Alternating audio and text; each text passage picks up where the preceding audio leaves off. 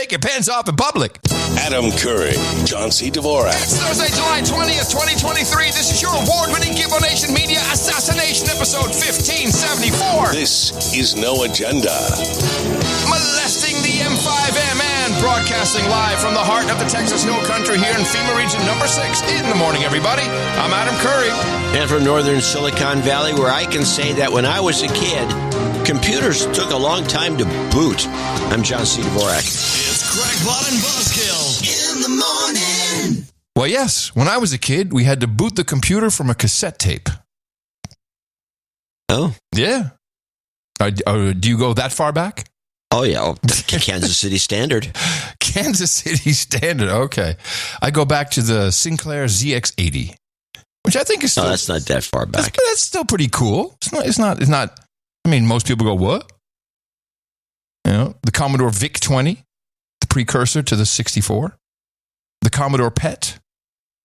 The Trash 80. The Tandy Color computer. The TRS-100. I still have that one. Remember the TRS-100? Yeah. I love that little box. So why did you say Keep this? going. What? I'm trying to think of more computers that I've had. Well, then the 64. Actually, when the 64 came and then people started gaming, that's when I put it away. And that's when I became famous. So let that be a lesson to y'all.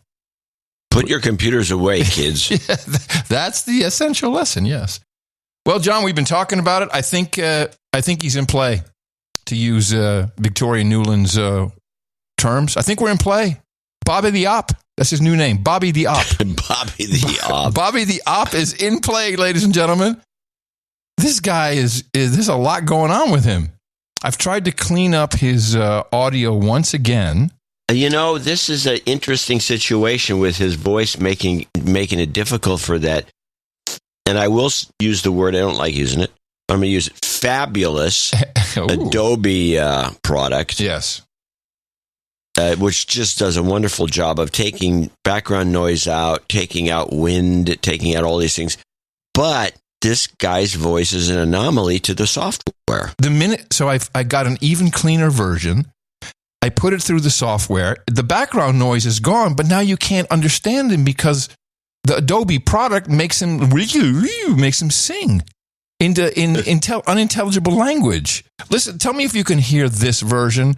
This is Bobby the K on the Ashkenazi Jew Chinese bioengineered weapon. And we need to talk about bioweapons. I know a lot now about bioweapons because I've been doing it. Can you understand it now? A little bit. Okay. I've worked on it for the past 2.5 years. And, It's not good enough. Whatever it is, it just does. Every single time I try it, it doesn't work. But here's something interesting. So what he's saying is, he says there's some studies. He didn't say that this was this was targeted to target everybody except for the Jews. That's not what he said. That's what they want him to say. Well, let's just listen. Before I get to my Redux clip, let's listen to Kareem Abdul-Jean-Pierre Van Damme. The way she took it, again, he said, hey, from studies I've seen, it seems like the ACE2 receptors, like this thing was kind of engineered so that and I think that's not even the most important part of the clip. At the end of the clip, he says, the Russians went in, they found all these labs in Ukraine that were collecting Russian DNA to target Russians with bioweapons. And of course, those biolabs, as we now know from Victoria Newland, were American biolabs. So that's maybe even more egregious than the so-called anti-Semitic trope, which was not there at all. It was, in fact, in the headline. The headline coming from the New York Post, I might add.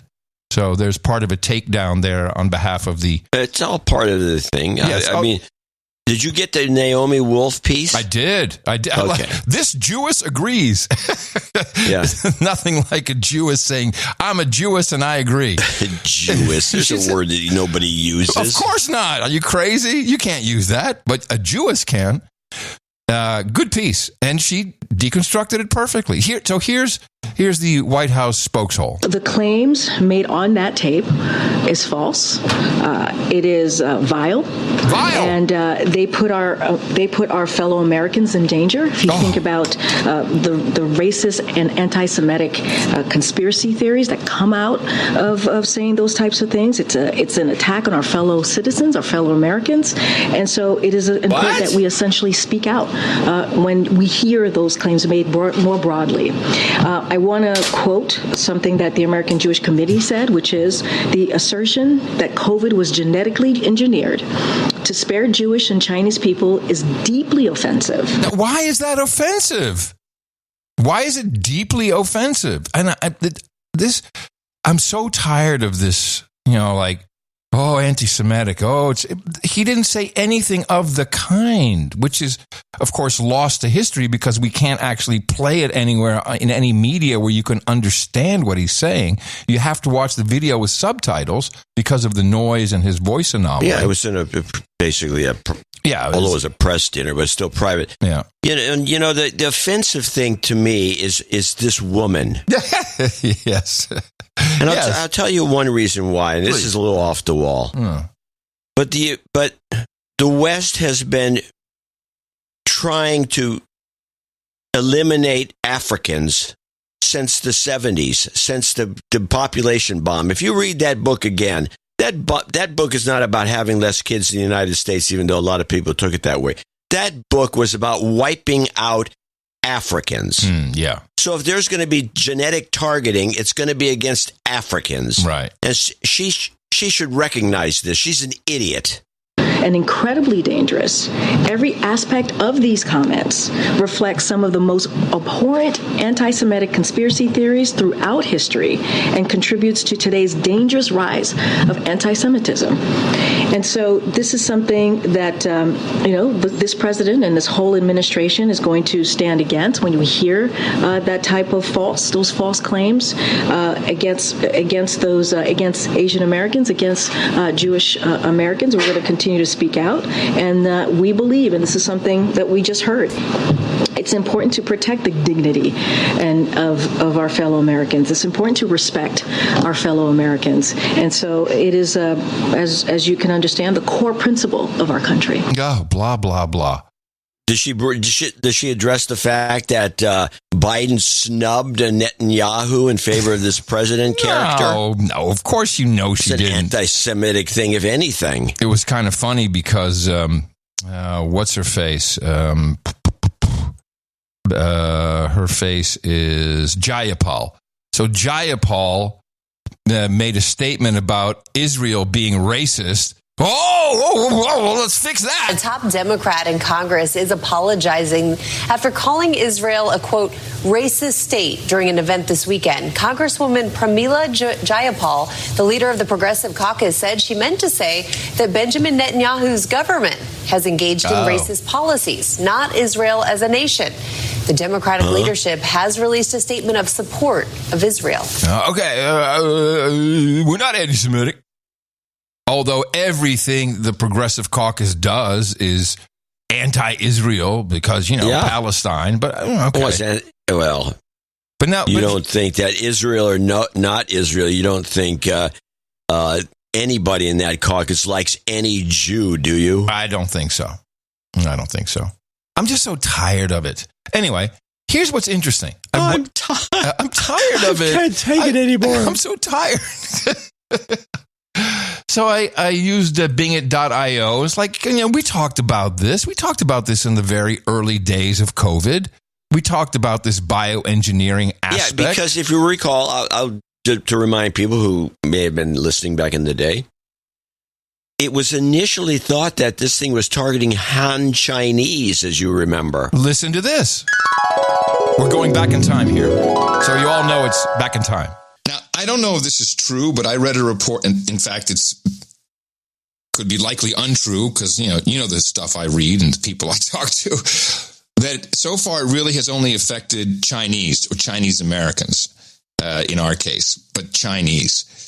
And so it appears to affect Chinese, and there are now 4 cases in Israel, which the people I spoke to said it could be that this goes by DNA, and it could be Ashkenazi that will also take to. And I was just thinking, how cool would it be if it turned out that this virus was really deadly? But what? Well, listen, What kind of thinking is that? Just listen. Oh, cool. All right. It was. Let's just say. Bring out your dead. Let's put it this. Let's say that there was a particular type of person that would be more susceptible to carry the virus. Could be Chinese or could be Ashkenazi. Could you imagine how cool it is that all those people have their DNA with 23andMe? Okay, so you get the idea. But it was exactly the opposite, which is interesting. That changed somewhere. I'm not sure how that works. That was the initial reporting. Now, of course, since the whole thing was somewhat bogus. Yeah, well, we think so. As a pathogen. Yes, correct on that. Correct. That the misinformation was bound to dominate this conversation. So Bobby the op is in play, and this is a big op. And in fact, I think we could almost say RFK Jr. is the Great Reset, but it's not the reset we think it is. That's my line. I know, I'm using your line because you keep forgetting to say it. I never used it on the show yet. I know, because you keep forgetting to say it, so I'm going to say it. So I'm taking ownership now. It's your fault. Okay, I get it. So the Kennedy family, listen to this. The Kennedy family, members of the family, joined the White House. This is a headline from The Independent. Kennedy family joins White House in condemning RFK Jr.'s anti-Semitic COVID conspiracy claim. But they all use the same line. Joe Kennedy III. What is it? Is he 12? Who is Joe Kennedy III? I have no idea. Because you might as well. I mean, there's so many Kennedys that it's like ludicrous that you can try to. He says, he tweets, my uncle's comments were hurtful and wrong. I unequivocally condemn what he said. Then we have Carrie Kennedy. Who's Carrie, Carrie? his sister. I strongly condemn my brother's deplorable and untruthful remarks last week about COVID being engineered for ethnic targeting. Why would you? He gave scientific background and present evidence at the dinner. Yeah, these are the planted tweets. This is reminding me, this Kennedy op, which is at this point, because it's very early in the game. It is. These are all hardening tricks. This is like how they test the bank, stress test. Ooh, I like that. It's like they're stress testing the campaign. So they're trying different things to see if anything catches and to see how they can rebuke it. And then they're also setting the stage for debunking everything. So no. This is was a concerted effort by people, blah, blah, blah, to besmirch him as a smear campaign. They're going to bring that in. Yeah, okay, so here's part of that stress test. BBC headline, RFK Jr.'s conspiracy theories and Republican supporters. See, this is the next part of it. That's a good one, too, Republican supporters. Let me see. That's got to be bad. Democratic strategist Kevin Walling told the BBC that Mr. Kennedy's poll numbers are a combination of nostalgia for the Kennedy family brand as well as a lack of awareness about his views. And then they have the more of the I strongly condemn. Now, who is it that they're claiming? Strongly condemn is an interesting little code that they'd all use. Strongly condemn. How about condemn? Yeah, good point. And here's another headline. This is a very right-wing lawyers, guns, and money. RFK Jr.'s vanity rat fuck is being mostly funded by Republicans. Mark Dixon, California, who amassed a fortune treating aluminum for the aerospace industry, donated $450,000. He also donated to Trump, of course. Of course, Keith Sheldon, retired car dealership executive from Argyle, Texas. Oh, my goodness. So they're just pulling some names out of the hat. 5,000 here, 6,000 here. It's Republicans. They're funding him. Republicans. And but he's hitting some interesting targets. This one blew. So we have Ron DeSantis out there saying, I will veto any CBDC that comes across my desk. Well, you have nothing to do because, the CBDC is, you can't you can veto it, but it's Congress that determines what the money is going to be, not you. But then this comes from thestreet.com. So that's kind of a Wall Street publication, right? That's not a Bitcoin publication by any means. No, it was a publication meant to compete with MarketWatch, and it was started by Jim Cramer, and I since passed it on to some other people. Right. RFK Jr. announces bold plan to back dollar with Bitcoin and end Bitcoin taxes. Yeah. Speaking at the Heal the Divide PAC event, Democratic presidential candidate Robert F. Kennedy Jr. outlined specific Bitcoin-focused policies that he would enact as president, including gradually backing the U.S. dollar with Bitcoin and making Bitcoin profits exempt from capital gains taxes. Well, you're going to get some people with that. So that's interesting. There's also another report that has the same exact template, what he said there, for gold. Oh, of course. Yeah, of course. Back it by gold. Of course. So this is another part of the op to see if, bring in the Bitcoiners, bring in the gold bugs. Yeah, so it's not done yet. No. No. I'm sure it's not. No. We're seeing every angle you can imagine. Wait for this. So now he's going to be the podcast president. Mm-hmm. So he's doing every single It's too bad we don't do any interviews because, man, we would have fun with him. So the podcast president... I do some interviews once in a while. I could probably get an interview with him. You could easily get an interview with him. Easily. But it's like, you know what? It might... Yeah, exactly. I mean, the problem is with our approach to these things, this interview would go sideways really fast because if it's an op, I'm not getting the interview. And if I am getting the interview, I'm going to have trouble with it. Well, let's ruin our chances for good by just saying he's an op. And as far as he's an op. He is. And as far as I'm concerned, he's a CIA op. He really is. Has to be. I mean, he's so against military-industrial complex, but this one blew me away. And this this part of the op is nice because it brings in Wes Clark 7 and one of my favorite topics for 15 years. Here he is speaking with Dane Wigington of geoengineering.com. Listen to this. We have, for example, after 9/11, we had General Wesley Clark stating on the record that the Middle Eastern countries that were to be targeted, a list that we believe existed before 9/11 even occurred. But my point is this, that those Middle Eastern countries, every single one, subsequently underwent a once in 1,000-year drought. That's mathematically, statistically impossible to have that kind of coincidence unless there was something else in the equation. That's something else we would argue is climate engineering.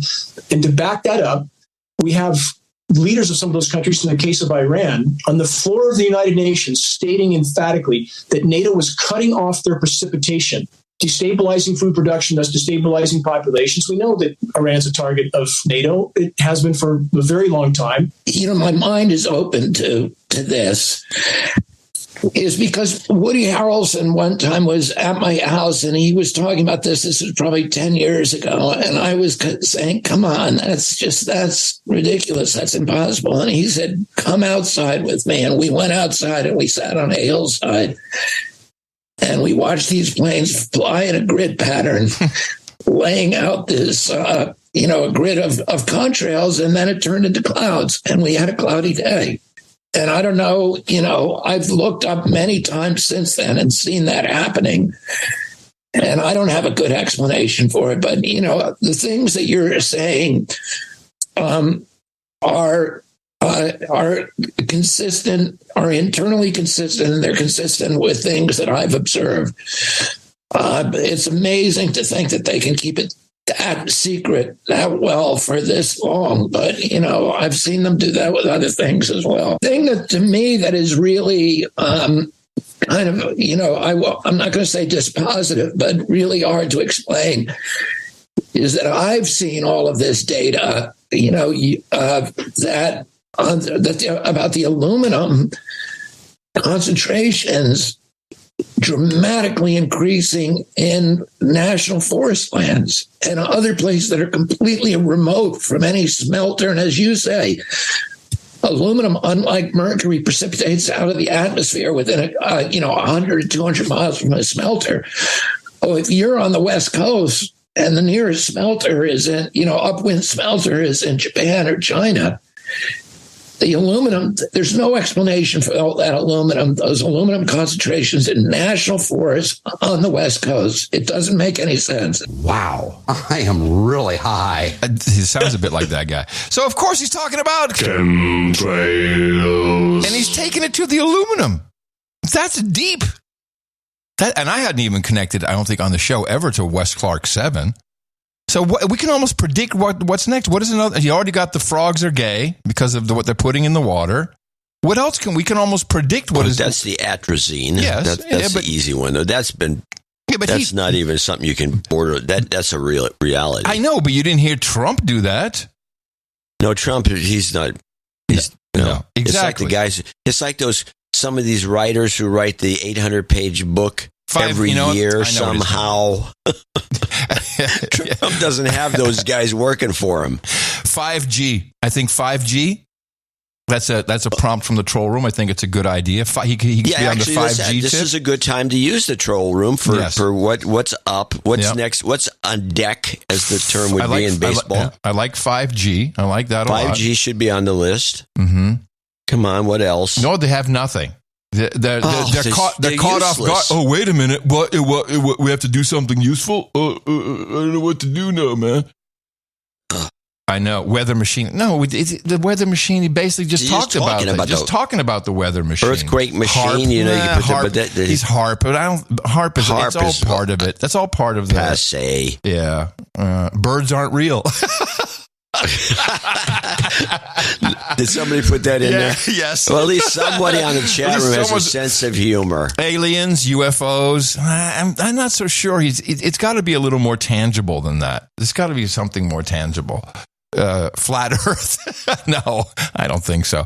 But I'm pretty sure this in some way has something to do with it. This morning, a recent decision by President Biden concerning documents related to the JFK assassination is raising new questions about what the government knew and when. The president late last month issued a final order certifying documents from the JFK investigation to be released. But the New York Times reports 4,684 of the files remain either partially or fully withheld from the public's eye. On June 30th, President Biden washed his hands of the JFK matter and said that this would be his last order about JFK. Jefferson Morley is editor of the blog JFK Facts. He says some of the files being withheld could shed light on the CIA's investigation before JFK's death. What remains is about 4,400 documents from a variety of federal agencies, primarily the CIA, that still contain some redactions ranging from a word to a paragraph to a page to the whole document. Morley says there's one name that's been a mystery all these years and was made public in the files, Reuben Efron, who worked for the CIA and was intercepting Lee Harvey Oswald's mail in the months before the assassination. Reuben Efron died 30 years ago. So they're not protecting the name of a living person. They're protecting the operational activity that he was engaged in, which was reading Lee Harvey Oswald's mail. What it shows is that the CIA was running some kind of intelligence operation, we don't know exactly what, around Lee Harvey Oswald, the accused assassin, while President Kennedy was still alive. So I don't know if this is like an alley-oop, like, okay, now you can go out and say, when I'm president, I'll release all the rest of the 4,900 files. Or if there's something else at play. That's another sub-segment of the electorate that he would grab. Seems like a lobby. There are people out there that would like to see that. We vote for him for that reason. And there's one other thing that needs to be examined because, so the players here, and we're just spitballing everybody. This is, we don't know anything for sure, but we've been around long enough. And I will say, finally, something interesting is happening. This is it gives us something to do. It gives us something to do. Gives us something to do. We're like amateurs. Yes, we're like you're like the amateur hour here. Yeah, pretty much. But we're good. And it gives us. I mean, even Tina, she said this morning, I can't believe I am now watching C-SPAN early in the morning because Bobby the op is sitting there on the censorship hearing, and he was censured. Debbie Wasserman Schultz tried to censure him at the censorship hearing, which was just hilarious. And so he's sitting. I mean, there's some good stuff happening. And of course, this is all part of the Biden crime family. But there's one other thing. So our thesis so far, CIA, DIA, it's always been CIA versus the military. Military is just getting their budget, it's been passed by the House, so their big $800 billion budget is coming through. CIA, who knows? We have no idea how much money they have.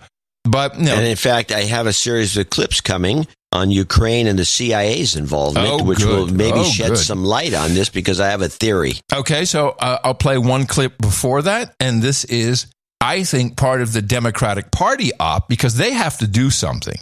And the way it would be, I'm just a little thought. Joe dies. I think he has to die. It's the only way he can go, and CIA could do that. So Joe dies. Kamala comes in briefly. CIA doesn't kill presidents. You think they're good guys now all of a sudden? No, I never said that. I just say they don't kill presidents. They find other ways to get rid of somebody, like with Nixon, for example. They could have killed Nixon. Well, Biden was never officially elected president. He's bogus.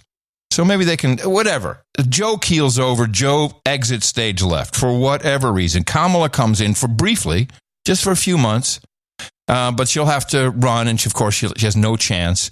Roger Stone is also no longer to be trusted. He's out there. Oh, it's going to be Michelle Obama, which would have been my pick. Big Mike 2024. He's not the only one. There's somebody else that came up with one. I didn't clip it. It was a tweet or something, and it was by somebody credible. Mm-hmm. And they said it's going to be Michelle Obama with Gavin Newsom as the VP. Wow, that's dynamite. Well, that's going to get huge votes. So the Democratic Party wants to keep their power base, of course. So it would make sense for them to run some kind of interference to break everything up. And that is this no labels thing. Have you been following this? The No Labels Party. Of course. Here we go. Listen to this. Democrat Joe Manchin, the West Virginia senator, known for often bucking his party, openly flirting with a White House run as an independent. Are you taking it off the table? We're not taking anything off the table. Let's see where everybody goes. Let's see what happens. Manchin publicly joining the organization No Labels in New Hampshire today. The group is launching a massive $70 million effort to create a third-party presidential campaign, a bipartisan ticket with a Democrat and a Republican joining forces. Former Utah Governor, Republican John Huntsman, also hit the road with the group today. Huntsman. For us to do the same old thing is like a little bit insane. The group will not say who else is under consideration. Nancy Jacobson is the leader of No Labels. This is the one moment that this could be possible. So why not give people a choice if they don't want these two choices? But many, while opposed to a second Trump presidency, fear a third-party ticket could siphon votes from Biden and boost Trump. William Galston helped found No Labels 13 years ago, but he left the group in April. Don't think that I wasn't tempted by it, because I was. But in the end, and as a Democrat, I felt I had no choice but to walk away. Yeah. No Labels says it intends to qualify for the ballot in all 50 states before its convention next April. That's when the group says it could announce its ticket. I love that Huntsman's back in the game. Yeah, we can use our clips. So, that's a potential Democratic spoiler, I guess, because Manchin's in there, Huntsman. Suddenly things are getting interesting. I'd love to hear your Ukraine stuff. If you've got a presentation on that, I think is this appropriate time to do that? Well, we have to start a little bit more, unless you got more stuff, because it's related to both Ukraine and CIA. It's not necessarily about what we're talking about. Well, then let me throw out one CIA clip. Before you do that, let's talk about Nancy Jacobson. Nancy, who was mentioned, she supposedly started this thing up. Yeah, I don't know who she is. Do you know who she is? She is a hack for the Al Gore. She was the head of the Al Gore campaign, and she was on Bill Clinton. She's Bill Clinton. She's a Clintonite, and so she represents that part of the Democratic Party. If you look at her page, she's very important. And if you look at her page, on the wiki page. It's one of those pages that lacks certain things. Wait, what's her name again? What's her name again? What's her name? Nancy Jacobson. It just lacks too much information. She's also married to Mark Penn, who is the another kind of a Democrat hack. He was, listen to this guy, president and managing partner of the Stagwell Group, former Democratic pollster and executive for Microsoft, and Burson Marsteller. Oh, interesting. The couple met in 96 when Evan Bayh, then governor of Indiana, introduced them at a Democratic Leadership Council event. They married in 99, and they have 4 kids. This is a op in itself. So, yes, there's a lot of intrigue. That's what makes it. This is where we kind of do our. This is why I think people like this show, because we'll bring out the intrigue. And try to deconstruct it so we can see the lay of the land. Well, I have a quick transitionary clip then from the CIA podcast. Which is very entertaining. It's extremely entertaining. It's very entertaining. This is why we invented podcasting. This is good because it brings people out of the woodwork. I don't know what they're thinking, but okay. Well, if you wonder why people are so distracted, CIA knows exactly why. A lot of people assume that we're just like Hollywood and we've got somebody in a chair all day long applying things and makeup and spraying and all of this and gluing. But really, we are there to train the officers to be able to independently disguise themselves because they're working quickly. They're walking down the street. They're turning a corner. We train them on how to take their pants off in public without anyone even noticing and then changing into something else. That's very interesting. And wow. Yeah, so Superman in the telephone booth. That's what I'm envisioning right now. Wait for it. Plus. Yeah. Plus. Yes. People don't see what they don't know they're looking for. That's a good point. For us, that's to our advantage. The phone usage today, right? Like people are looking at their phones constantly. And so that has helped like, okay, they're distracted. So you can get away with pretty much anything you want. Yeah. So think about today. Do you remember every single person you walked by today? No, I was thinking about this interview. I was excited. Exactly.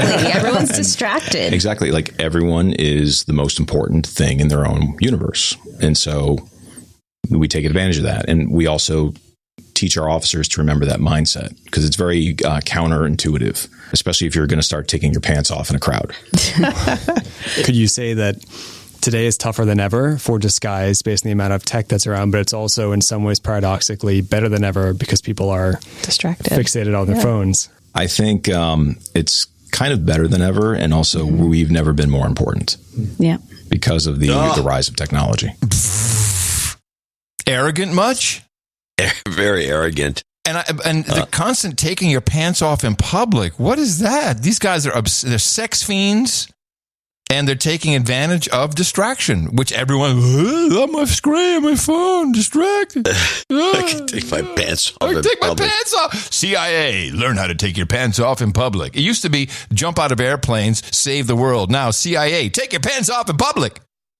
So there's another series of, I sent you one of these because I thought it was so interesting, but there's a series of podcasts, again, that Foreign Policy does. And Foreign Policy is kind of the competitor with Foreign Affairs, which is the magazine run by the Council on Foreign Relations. Foreign Policy is owned by the Washington Post.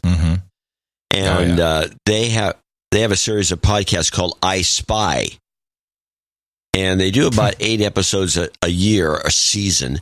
And within those 8 episodes, at least 2 people are CIA, ex-CIA or CIA. And they're interesting. And one of them went on about this disguise thing, discussing the fact that when he was being recruited, and they said they were going to teach him how to, glue on a mustache. That's the woman talking about glue. Glue on a mustache. And he says, he says, and he said, what these things don't work. And so they take and they literally, according to him, glue on a mustache, give him a pair of glasses, and tussle up his hair and go back to work. And he says, no. He says, this is dumb. I look like myself with a glued on mustache. And he goes goes back into the office. He says no one recognized him. In fact, when he identified himself, they refused to believe it was him. With the simplest of stupid disguises. I need to I think I've recant the story of two of my family members, and now we're talking 1967 or 1968.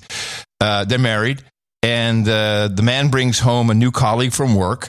The wife is cooking dinner, and they have a nice dinner, and then they're drinking coffee and having dessert, and then all of a sudden the colleague whips off his mask, and it was someone who the wife knew extremely well. 1967. Imagine what they can do now. Yeah, they can have a fake Joe Biden. Anything you want, anything. And and there's also once again a real campaign in the media, and I'm just going to presume that nothing changed from the church committee, that CIA was still running the media. And that's just what they've been doing. I think it's gotten worse. Of course it's gotten worse. They don't even have to pretend, that put their agents in some other country. Well, now they have these guys, these experts. They bring them on CNN and MSNBC. CIA guy. Former CIA, it says right in the lower third. Yeah, and if it's not sources say, sources familiar with the matter, sources familiar with the president's thinking, they just put the CIA guy on. CIA guy. We even have the podcast CIA guy, the one with all the bushy hair. Former CIA, right. No, they've infiltrated everything, including podcasting.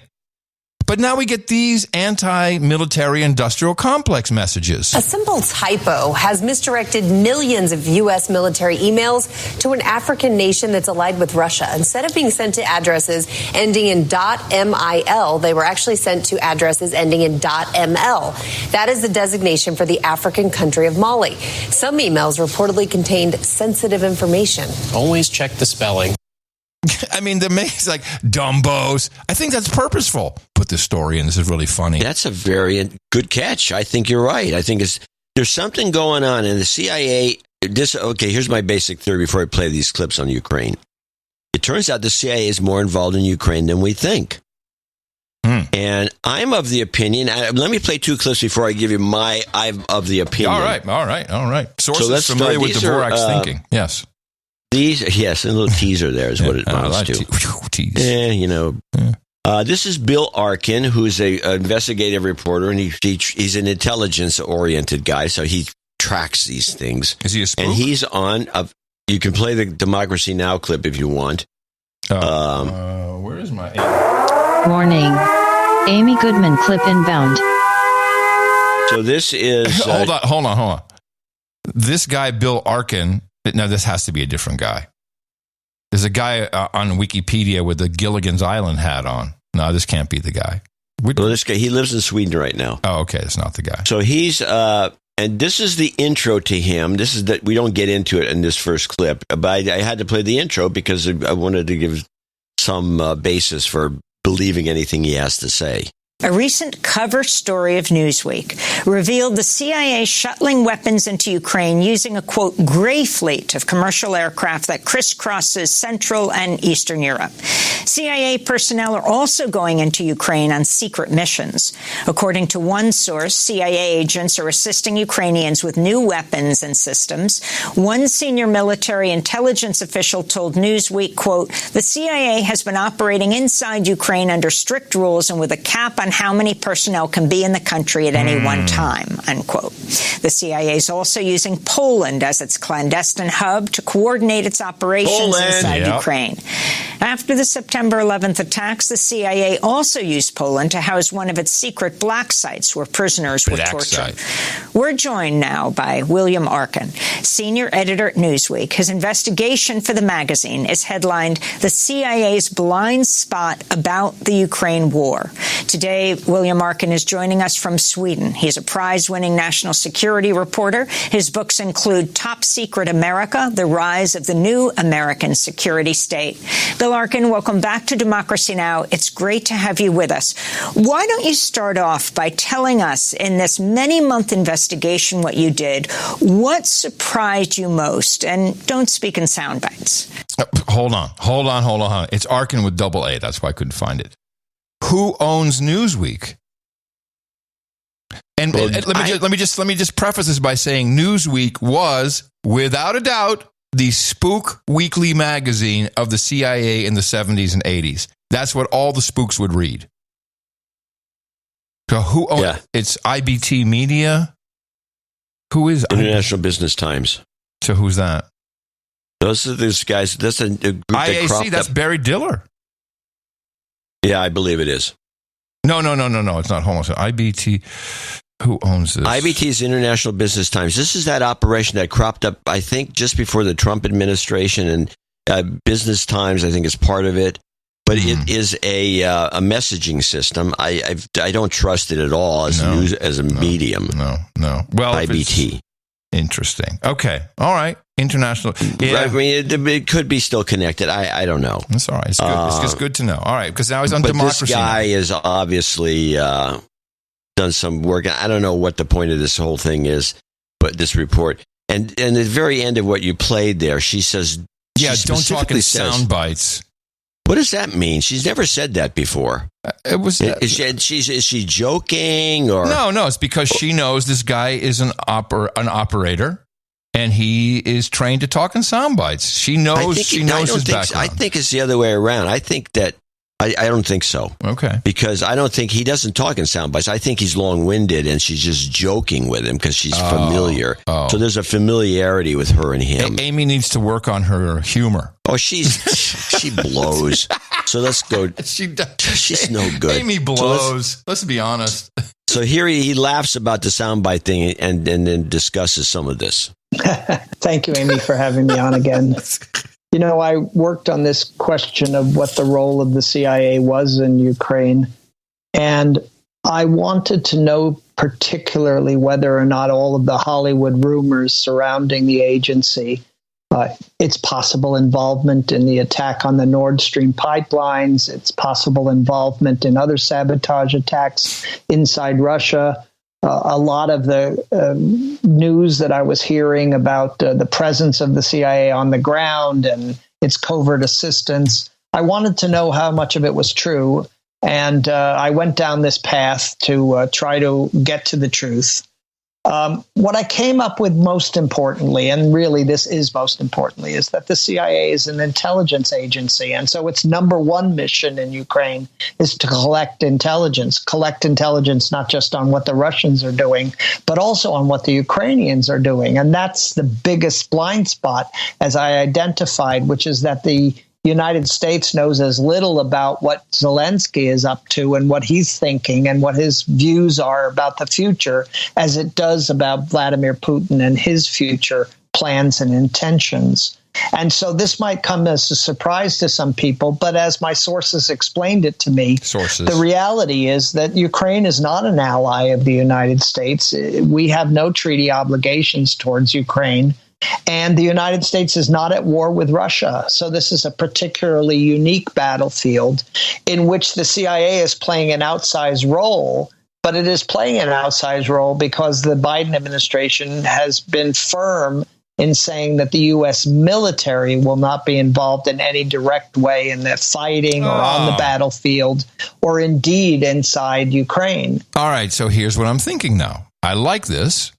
Good job getting these clips. This is CIA, famous for funding their operations with black operations. Let's just think Iran-Contra. So, and what a willing, beautiful idiot would Hunter Biden be, who they protected by saying, "Oh, that's Russian disinformation." When they everybody knew that laptop was real. So they've been running all kinds of things through Ukraine, most likely drugs into Europe, weapons, cyber operations, probably prostitution, who knows what else.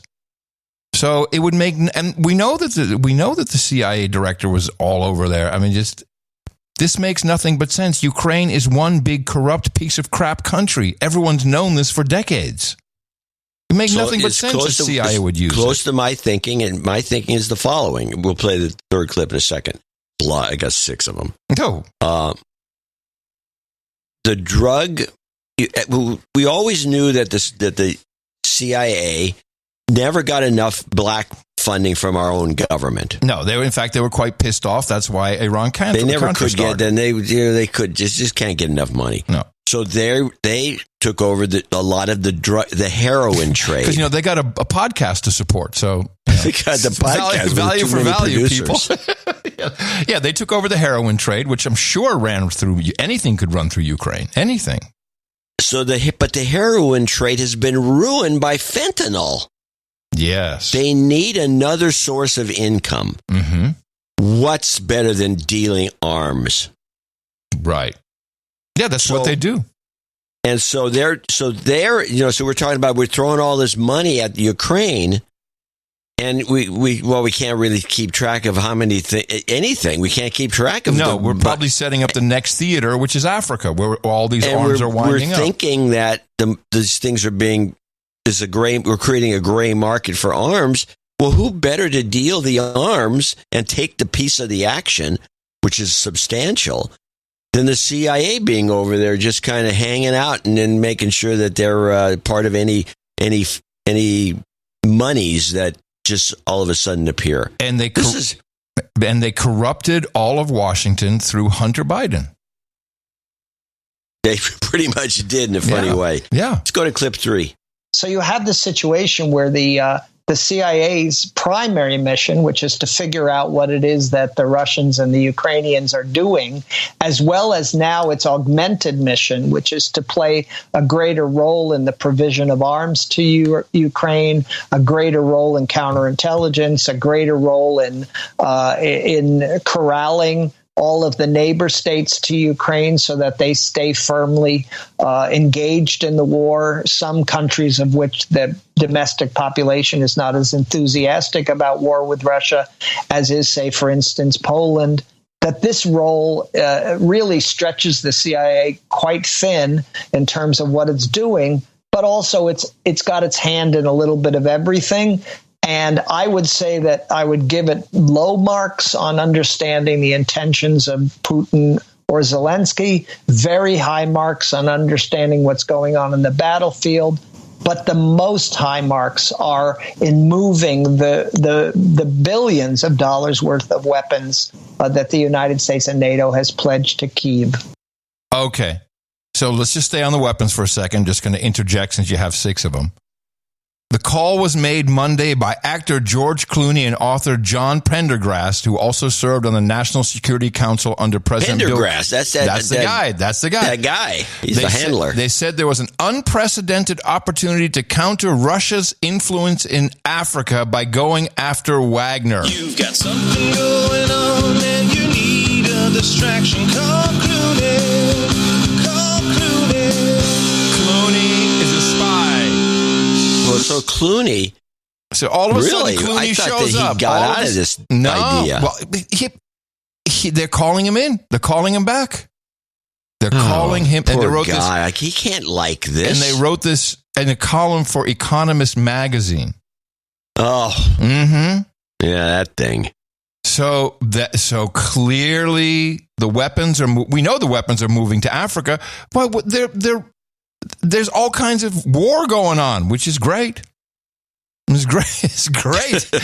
Let's be honest. It's great. We got war down there. Very fuzzy. No one understands it.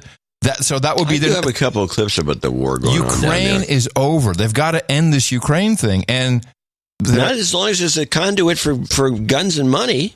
Yeah, according to... if it's a conduit for guns and money, this could go on for a long time.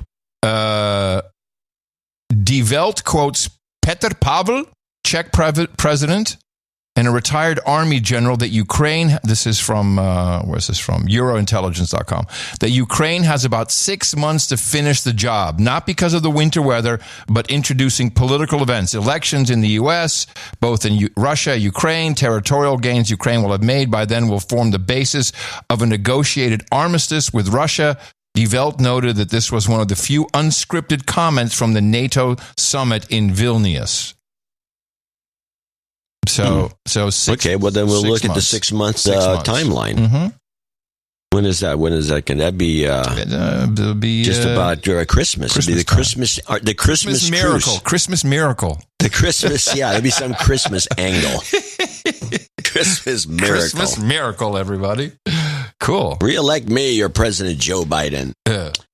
Okay, we're on clip 3 or 4, I think. The CIA is no stranger to Ukraine. Clearly, in the post-World War II period, it was involved in developing right-wing groups within Ukraine that were opposing the Soviet Union, a lot of them former neo-Nazis. And as you write, the CIA has been central to this war, even before it began, when Biden tapped Director William Burns as his global troubleshooter. Could you talk about Burns' role and this historic connection between the CIA and groups in Ukraine? Well, when Joe Biden became president, he appointed a number of his close associates, Antony Blinken and Jake Sullivan, to be his main national security actors. But the person that was appointed to be the director of the CIA, former ambassador to Russia, William Burns, and a foreign service officer in his career, was somebody who was much more considered to be the senior statesman of the administration, if you will, the person with the most experience. And so when Russia invaded Ukraine in February 2022, it was no surprise that Burns became the central figure in this war, and that he had both the superior knowledge of Putin and of Russia, but also he had a long career specializing in Eastern Europe. So when he was appointed the Biden administration's back channel negotiator, diplomat, and main spy, it fell to him to handle relations with Kyiv. Remember, the U.S. embassy was closed for a long time. It fell to the CIA to handle the clandestine relations that existed with Poland and other countries, relationships which had been built up since 9/11 and since even the end of the Cold War. Oh, this is great. So while the entire country that considers themselves awake, myself included, is watching the IRS whistleblower, look at the Biden crime family. Look at, giving all that money, $17 million to all of his, it's all since Ukraine. It's Hunter's going down for Ukraine. Biden, he might take his dad with him, parts of the family, who knows? They're all focusing on the IRS while the real big crime is this. This is the huge crime. And it makes total sense. That's why we've got the cyber guys in there who protected Hillary. What's it called? That Ukrainian outfit who got her server. I can't remember the name of it. Oh, yeah. What is the name of that group? It'll come to me. You know, they're a so-called legit company. Where are you, trolls? Trolls are dead. Oh, the trolls are no good. Let's go to clip. We're on clip 5. This is a good. That clip. It was an optional clip. Cloud but strike. I think you have to get the William Burns thing in there. Cloud strike. So William Burns was the guy who said that NATO shouldn't move any further east. So he's kind of in between on the policy side of things. He doesn't care. He just wants to run the weapons down to Africa. He doesn't care. Doesn't care. Everybody's winning, and they're laughing at the stupid military-industrial complex. Yeah, you guys think you're making all the money, but we're making the money. Pure profit, baby. No oversight. We sell it to the Africans. No overhead.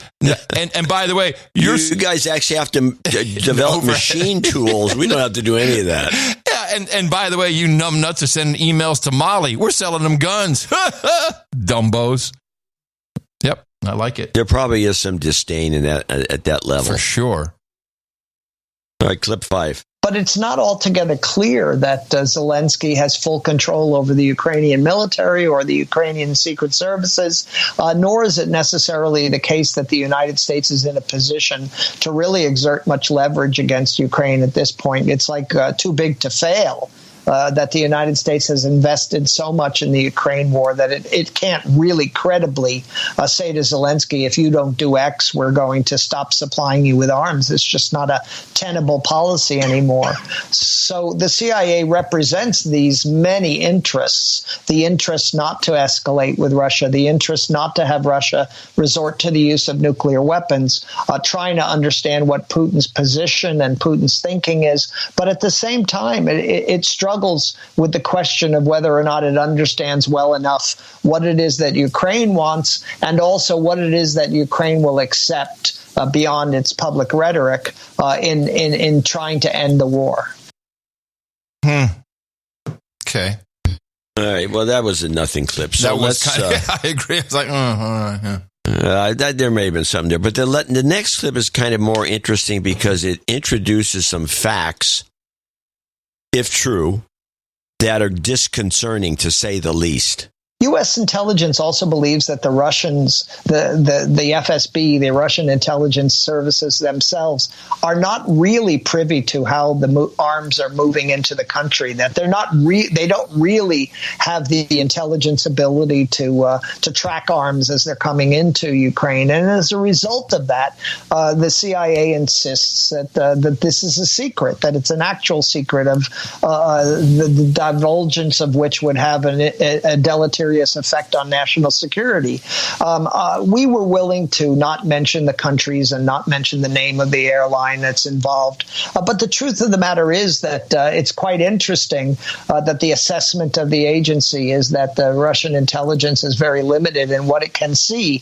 And to some degree, that's proven in Russian attacks and Russian re-attacks, where it's clear that despite all of the money that Russia spends on its FSB, on the KGB, on satellites, etc., that it just isn't up to the quality of NATO or the United States in its own intelligence collection. Well, there you go. That's interesting. Go our guys. Yeah. Well, what's the deal with that? I thought, Putin was like ex-KGB, and, he's going to be all in on this sort of thing, and they dropped the ball? Oh, please. So this plays into... So, okay, I like this. Christmas miracle, 6 months, CIA's gearing up. This is also probably the one area that Bobby the Op knows nothing about. I don't think he's any expert on Africa by any stretch of the imagination. No, I agree. And so what do we have next? Away from the fighting, a huge effort has been made to help Ukraine carry on exporting its grain. And that's not just to keep the country's economy healthy. It's because so many countries around the world rely on Ukrainian wheat and other products. For the past year, a deal has been in place which meant Russia promised not to attack Ukrainian cargo ships as they sailed through the Black Sea, the main route for exporters. That deal expires at the end of Monday, Turkish time, and Russia, having kept everyone guessing, has now said it will not be renewed. The Kremlin spokesman, Dmitry Peskov, did hold out hope that an agreement could be reached in the future. The Black Sea grain agreement ceased to be valid today. As Vladimir Putin said earlier, it comes to an end on July the 17th. Unfortunately, the part of these Black Sea agreements concerning Russia has not been implemented so far. So, in effect, it's terminated. As soon as the Russian part of the deal is fulfilled, the Russian side will comply immediately. Now, and why was this? Because the CIA did one of their favorite things. They blew something up. They blew up the bridge. And like, oh, okay. Well, there you go. No more deal. And who does that affect? Mainly, well, prices. Although I even heard you and Horowitz on DH Unplugged talking about how little the prices moved. Horowitz noticed that. That's very interesting because go ahead. The basis for this deal falling apart was not that bridge. I think that was misdirection. I don't know what the bridge deal was all about. It helped. Well, it helps for the excuse, but because that ignores the real excuse, which is the UN never followed up on their deal with Russia to reconnect to fix the ammonia exports and to put them back into SWIFT. Yeah, amongst other things. That was the promise. Yeah, where they reneged, and so this bridge thing blows up. Next thing you know, that's being blamed. I do have one clip about the bridge. Yeah, I got a couple actually, but go ahead. Let's. This is Scott Ritter on this one podcast he likes to do. Scott Ritter's he's been doing some interesting stuff. He's working for. I don't want to say the FSB's got anything to do with it, but Scott Ritter's on this podcast a lot, and it's and he's talking about the Ukraine bridge here. Hold on a sec. Yes, got it. Russia has called this a terrorist act. The reason why is that Russia is not at war with Ukraine, and Ukraine has not declared war against Russia. People need to understand that. There's fighting going on, but from a legal structural standpoint, Russia is not at war with Ukraine. And so from the Russian perspective, this bridge, which connects Krasnodar region of Russia, which is a peaceful region, no martial law declared, part of Russia, with Crimea, is a civilian structure. And it was struck. 2 civilians died, and they call this a terrorist act. From the Ukrainian perspective, it's a legitimate military target. What's of significance here is that the Ukrainians, by attacking this bridge, may have pushed Russia to a point where it reconsiders its approach. As bad as things look in Ukraine towards the Ukrainian government, Ukrainian people need to understand this. Russia is not treating and has not treated Ukraine as a nation that it's at war yet, meaning that there's a lot of things that are allowed to continue to happen in Ukraine that would not happen if Russia was at war with Ukraine. And by attacking this bridge, the Ukrainians may have actually created some political impetus to push Russia over the edge and start considering actions that up until now it has not been willing to undertake, like dropping strategic bridges across the Dnieper River. So do you think that Russia, Moscow, Putin, do you think that he is actually not in the loop, that he can't see what's happening, that this is all going down to Africa where he has a lot of important assets? Well, if you listen to the other guy who says that the FSB is incompetent. Is dumb, yeah. Well, so this makes total sense. And they're the ones who report to Putin and tell him what's going on. This makes total sense for the distraction of the week on No Agenda.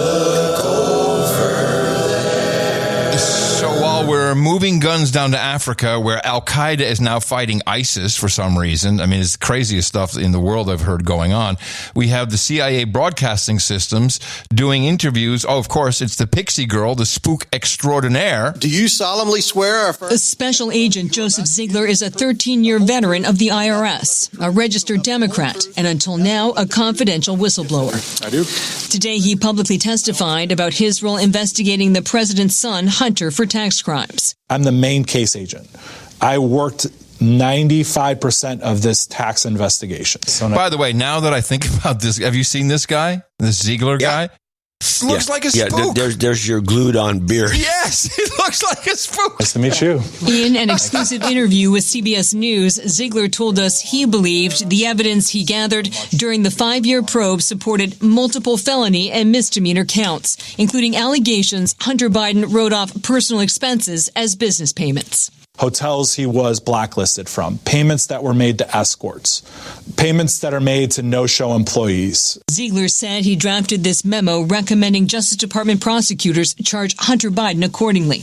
But he said the Trump-appointed U.S. Attorney David Weiss told him there was resistance to pursuing some of these charges by other officials at the Justice Department. It's a matter of, are we treating all taxpayers the same?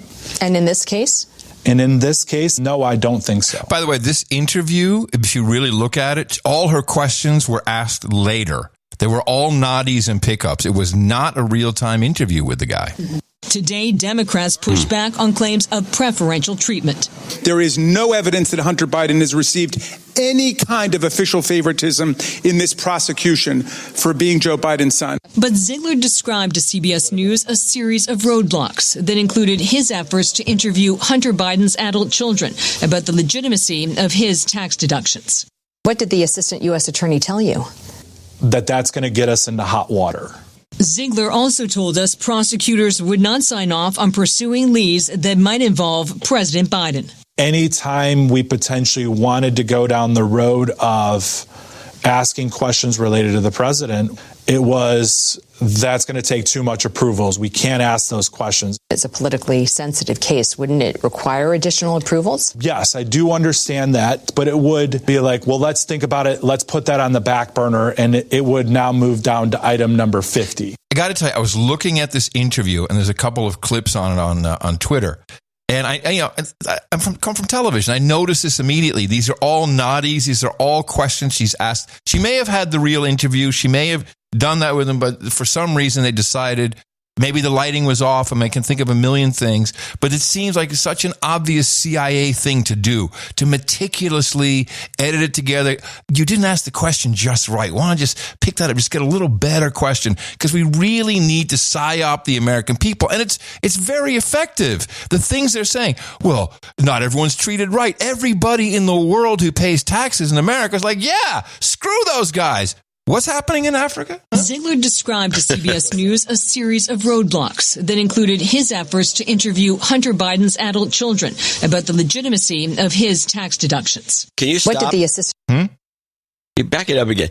For some reason, I keep hearing it, and I don't know what the effect of it is, but the way she says adult sounds like interview Hunter Biden's addled.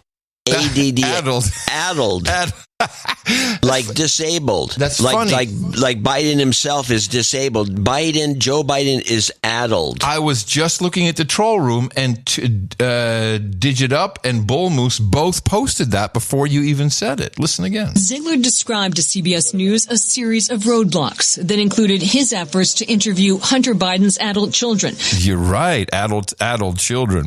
About the legitimacy of his tax deductions. What did the assistant U.S. attorney tell you? That's going to get us into hot water. Ziegler also told us prosecutors would not sign off on pursuing leads that might involve President Biden. Anytime we potentially wanted to go down the road of asking questions related to the president, it was, that's going to take too much approvals. We can't ask those questions. It's a politically sensitive case. Wouldn't it require additional approvals? Yes, I do understand that, but it would be like, well, let's think about it. Let's put that on the back burner, and it would now move down to item number 50. This probe was ongoing during the 2020 election when Justice Department policy limited some investigative steps. The U.S. Attorney in Delaware has told Congress twice he had the ultimate decision-making authority. President Biden denies involvement in his son's business deals. And Nora, Hunter Biden's legal team, said any claim the probe wasn't thorough is, quote, preposterous. So all of this is just distraction. And then, they threw in some other stuff. I thought this was kind of funny. It was cute. Like, hey, what else can we do just to throw everybody off? Tonight, a picture of Travis King coming into sharper focus. The U.S. Army private set off a diplomatic crisis when he dashed across South Korea's border with North Korea Tuesday. Who cares? Who cares? Why is this big news? Whatever. Dude defects to North Korea. I don't know he defected or anything. We don't know anything. He was on a tour bus and then he stepped in. The whole thing is weird. Yeah, that is a weird. Yeah, something's very bogus about this. And then to add insult to injury, tonight former President Donald Trump is bracing to be indicted as soon as Friday. Come on. You just what? Where do we look? Where do we look? Don't look at Ukraine. Don't look at Ukraine. Don't look over there. We're setting it up for Africa. And now it makes me question Representative Clay Higgin. Higgin? Where's Higgin from? I don't know. Clay. Look him up. Yeah, I'm going to. Consult the book of knowledge. Clay Higgin, representing the 3rd District of South. Oops. Go away, you. What is this? Oh, sorry. This guy. Southwest Louisiana. The bald guy? Yeah, the bald guy. He had a good little bit. There was a hearing now just to Louisiana, just to discredit the military-industrial complex some more, and to solidify in the minds of podcasters that it's not the CIA. No, it's not the CIA. Your problem is the military-industrial complex. On the year of my birth, 1961. In his farewell speech, President Eisenhower said the following: "This conjunction of an immense military establishment and a large arms industry is the new American experience, yet we must not fail to comprehend its grave implications. In the councils of government, we must guard against the acquisition of unwarranted influence, whether sought or unsought, by the military-industrial complex. The potential for the disastrous rise of misplaced power exists and will persist." I have a copy of the NDAA of that year, the 1962 NDAA, as drafted in 1961. I have a copy of it on my desk. It's 1 page long. I heard this and I'm like, oh, this is great, because the new one is 800 pages long. $7.5 billion. It's now 100 times above that. Of course, you got to take inflation into account, but 1 page versus 800 pages. So, we're all focused on those things. But CIA, and now with what we've learned about from this Arkin dude, that puts this into this is an older clip, puts this back into perspective. We turn now to the director of the CIA offering some rare insight into how the agency recruits spies. Director Burns says the attempted revolt against Vladimir Putin by Russian mercenaries last month has provided a unique opportunity for the U.S. intelligence community. ABC's Em Nguyen is here to explain that. Em, good morning. Good morning, Lionel. That aborted rebellion happened about a week ago, and though it ended within just hours, the CIA director says it's still making an impact. This morning, U.S. CIA Director William Burns capitalizing on the short-lived mutiny in Russia by Wagner Group mercenary boss Yevgeny Prigozhin, stating Russian frustrations with the war in Ukraine is making it easier to recruit spies. Disaffection with the war will continue to gnaw away at the Russian leadership. That disaffection creates a once-in-a-generation opportunity for us at CIA. At our core, a human intelligence service. I mean, that's got to have Putin a little freaked. Well, the other thing was, I think that was a response to the MI6 guy coming on TV. Yeah. Did you get a clip of that saying, guy? Hey, man, we need more spies on our agency. Our door is always open. Just show up. Oh, man. It's fun to have a new direction. And I didn't say new direction. I said new direction. The guy this Arkin character, he did mention that in one of the thing went on for a half hour. He did mention that the CIA, there's two groups. There's the old. Oh, actually, no, it was mentioned one of these people from the I Spy podcast that the CIA has lost its way since the Cold War, and they're looking for something else to do. Yeah, I'll bet, because they got nothing to do really. There's no, there's no competition from Russia and China. They don't know what to do about that. And the Chinese killed all the CIA operatives in the country. They can't figure out how to deal with that. Yeah, and so there's kind of a rudderless ship, according to him or according to this other person, and so they're flailing about. Then, of course, the State Department is filled with spooks. And all those creeps like Blinken and didn't we have that clip where they all have consultancies all consulting about whatever to do in Ukraine. It's just the whole thing is so sick. I think we're real, and I think this whole Biden crime family, while true, is really the psyop, and the CIA is just. This is a Christmas miracle. This will be over in 6 months, and we'll be set to go. And of course, it's annoying because who knows what about Africa? Africa's complicated. We're not very good at it. It's like 3 United States can fit into the continent. Now, while we're on Ukraine, let's play Claire Daly bitching and moaning. Good. All of the bravado about the vibrant European industry, the CHIPS Act actually is just another example of Europe scrambling to respond to unilateral. No, that's the wrong one. No, I'm sorry. I just picked Claire Daly. Yeah, it's up there. Sorry. I said the key word was Ukraine. Ukraine, Claire Daly. We'll cut it out. Don't worry. No one by the way, know. the ASAP is something about arms, loading up with arms and sending the ASAP bill that was passed, or the EU just rubber stamped. Oh, yes. Well, no one will ever know because we cut it out of the show. Thanks very much, President. So here we are, and the corks must be popping in the arms industry boardrooms all over Europe. A plan rushed through behind closed doors, no public consultation, no public debate, presented as a fait accompli, just waiting for our rubber stamp. I think we already played this. Is this an old Pretty clip? new. Well, all right. Because I thought ASAP was pretty new bill. But how would you know with her? Good point. Just waiting for our rubber stamp. A unilateral declaration by an unelected commissioner that Europe is now a war economy. Not a war on poverty or homelessness or on climate change, but a diktat to the public of Europe that they have to accept another 1 billion euros being laundered from their pockets into the fat wallets of the global arms industry.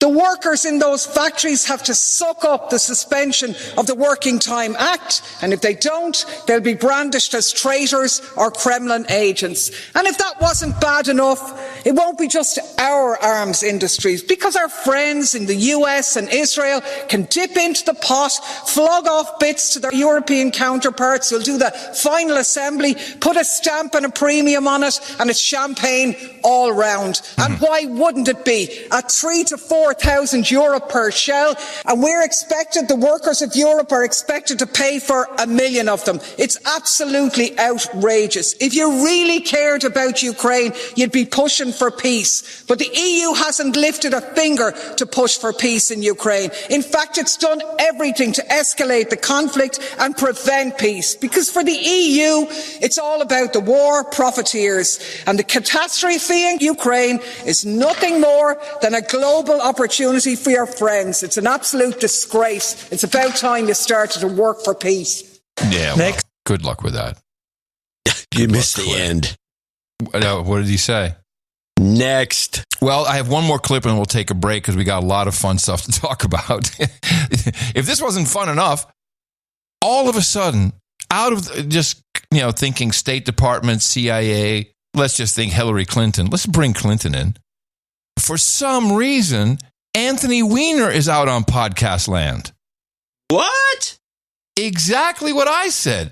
Anthony Weiner is doing podcast interviews, and he's doing it with it's on the PDB, the Patrick Bet Davis podcast. Weird. Yeah, you do. It's kind of a weird podcast. That's the one that McGregor was on. Everyone going on that podcast now. And so he gets Anthony Weiner on, and just listen.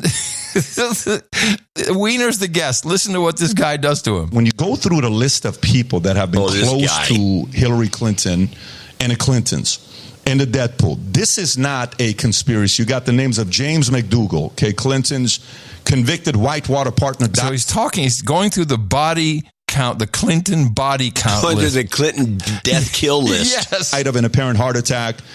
Mary Mahoney, a former White House intern, was murdered July 1997 at a Starbucks coffee shop in Georgetown. Ron Brown, he died in a plane crash. Vince Foster was the next one. By the way, the James Dougal was a key witness in a key Ken Starr investigation. Ron Brown was in a plane crash. Why is he on the list? Ron Brown is another one, but there was a close person to this. Victor Razor. You got Paul Tooley, Ed Woolley. Wait a minute. You're reading a list of people that Bill and Hillary Clinton knew. They're 80. They're 70-something years old. I'm asking you this question and an answer at the end. So you got Jerry Parks, Jane Bunch, James Wilson, Kathy Ferguson, Bill Shelton, Candy Bow, Florence Martin, Susan Coleman, Paula Grober, Danny Casolero, Paula Wilker, John Parnell Walker, Barbara Weiss. We should verify this yourself because you're running a radio show. You should look it up.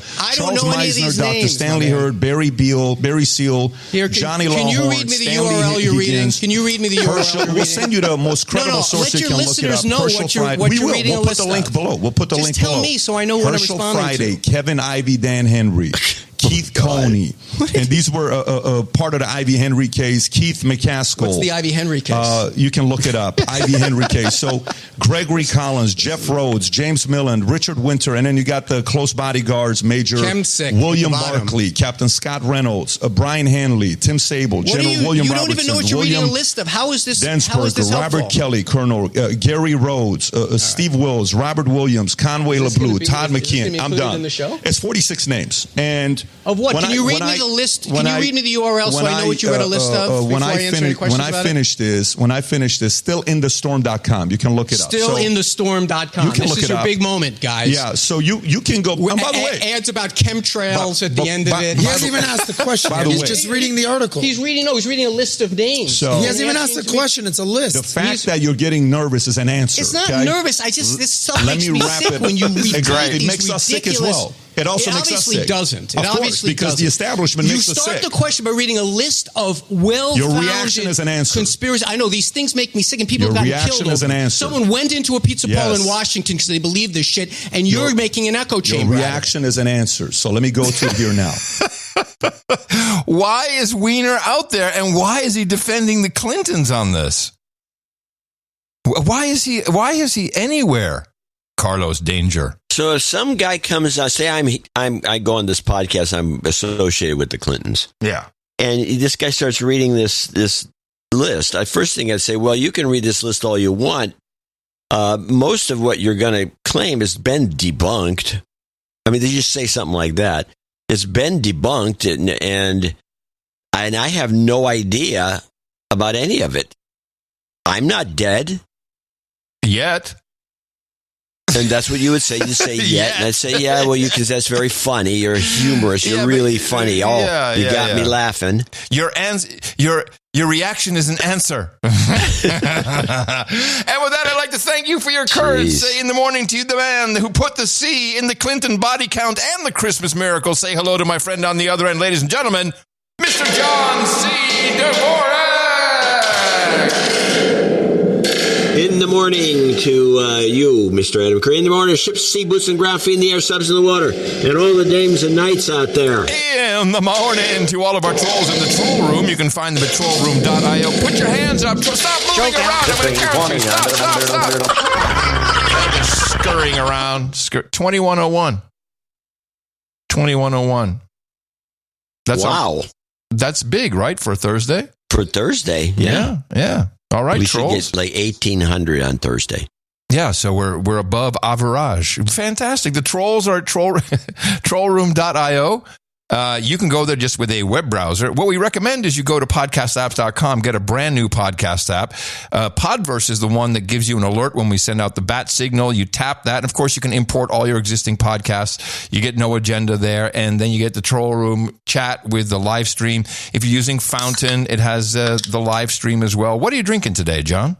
La Croix. La Croix. Oh, yes, La Croix. Very nice. So that's one way to track us and listen and be a part of the show. You can also always troll us at noagendasocial.com. Follow Adam at noagendasocial.com, John C. Dvorak at noagendasocial.com. If you're lucky enough to have an account, well, you're probably posting memes. So welcome to that. Oh, yeah, the great meme hater. I'm the great meme hater. Yes, that's me. No, Did you see the meme about you? No, what is it? What is beauty? What is it? Tell me. I put it in the next newsletter. Well, you said you so you don't really remember is what you're saying. No, I know what it is. It's you standing there in front of a big screen giving some lecture, and there's some anti-meme. I'm a meme hater on the screen. I'm a meme hater. You are. I hate. Well, 99% of all memes are dumb. There's a new one. There's a new one on C-SPAN, which one of our producers has picked up on.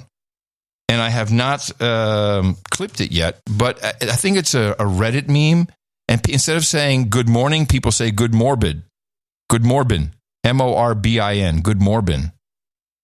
What's that got to do with anything? What does it mean? It's like it's some dumb group on Reddit that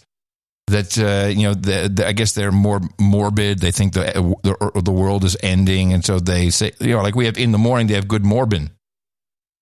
And they keep saying that. Yeah, that's very interesting. Well, let them say what they want. I don't see why it's a big deal. It's not funny. You're right about that. It's not funny. It's not funny at all. It's curious.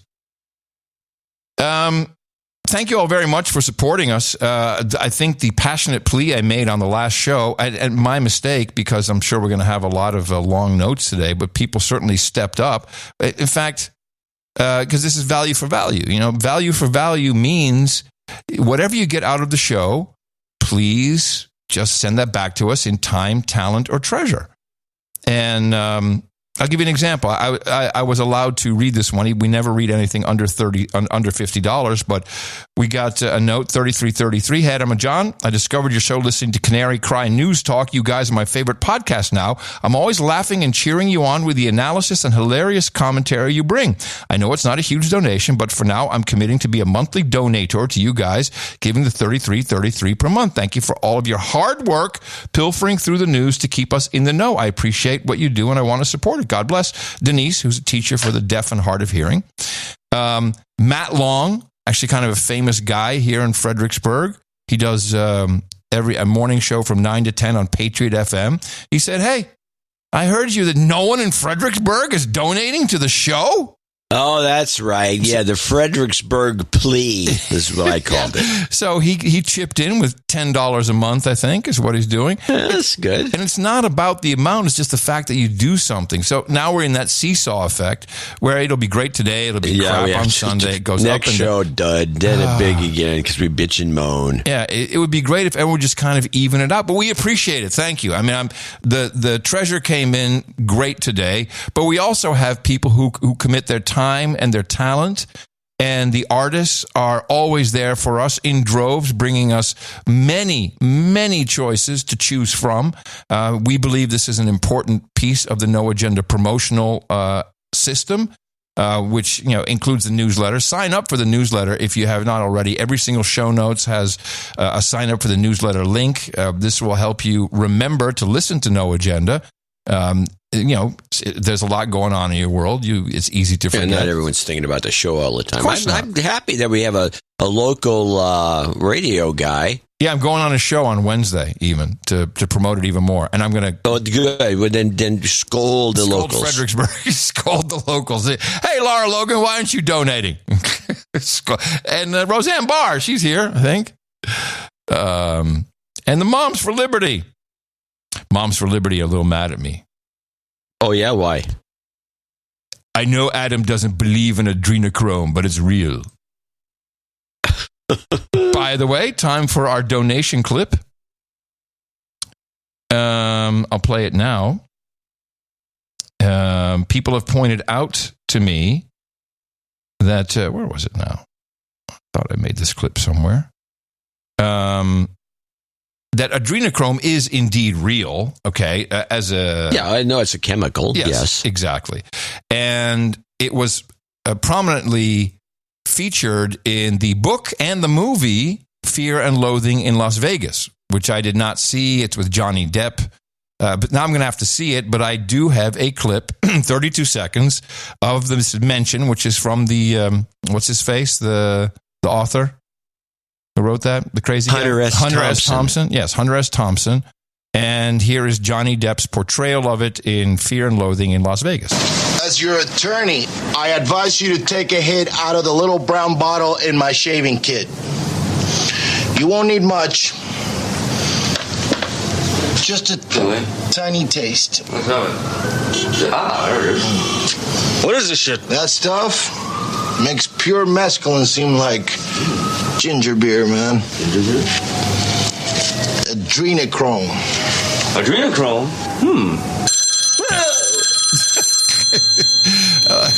The whole scene is pretty funny. And I just wanted to say, just like kratom, which, I'm learning a lot about kratom. If you're thinking kratom is the powder you get at the local head shop or your vape store and you put that in water, that's not really what kratom is. I mean, sure, it's kratom, but, there's kratom leaf.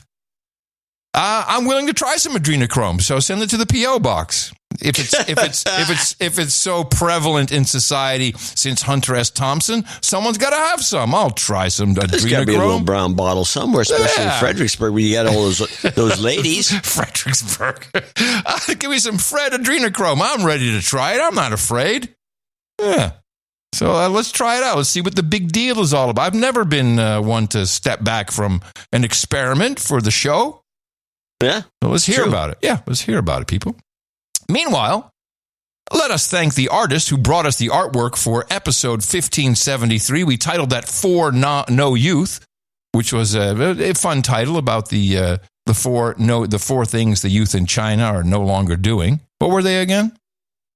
A marriage, dating, children, house, home. For no youth. And the artwork, and there was some dispute. It took us a while to decide on this one. I was against this piece. Came to us from Dame Kenny Ben. I liked it a lot. It was the clock with all the numbers that are falling down because, of course, the new generation has time blind. Is time blind and can't tell time on an analog clock. I'm generalizing, of course. I love this one right off the bat. There were other choices, but congratulations to Dame Kenny Ben. And let us review what else we looked at. The one you were pushing for, if I recall correctly, was Correct the Record's Evergreen TV, which was indeed... that? It was the television heads. Oh, yeah, I like that piece. I like that piece. I also like the other clock. Yeah, but I didn't like. It was a nice piece. Time blind clock. You didn't like. You talked me out of it because I didn't like the braille. It was kind of making fun of the blind. Well, scruffy Nerf did it, and the problem was that the braille was not recognizable at small sizes. Yeah, and we looked briefly at the Aspartame Correct the Record Aspartame can, which was nicely done, but it just didn't quite bring it home. I liked, although it made no sense, the Nestworks Tighten Up Your Nub, which was a beautiful piece, but made no sense because no one would know what that is about. Couldn't even guess it. It's a good piece, though. Something else you liked that we put the kibosh on? I don't know. There were a lot of pieces. And it's so appreciated what the artists do. I mean, man, you guys really bring it home every single time. So appreciated. A lot of Mickey Mouse stuff, which we really can't do because Disney is so litigious. You put Mickey Mouse. We're not doing anything that's got any Paramount, Disney, any of those guys who are just a bunch of dicks when it comes to this. Fair use or not. And it's fair use, there's no doubt about it, but they're not going to let us get away with it. Who needs the hassle? Nobody needs that hassle. Who needs the hassle? There's plenty of other stuff we can use. So don't start using Disney characters. Thank you very much, Dame Kenny Ben, for the artwork. We appreciate it. I see that already we have a whole bunch of people guessing what we're going to talk about and uploading art to noagendaartgenerator.com. That's where you can scroll along, listen in real time by refreshing. You can always go back and check it out. Of course, a lot of this work shows up noagendashop.com on, hoodies, T-shirts, hats, belt buckles, all kinds of great products from the No Agenda Shop. No affiliation other than they donate to us from time to time. The artists do get a piece of the action. I'm very proud of that.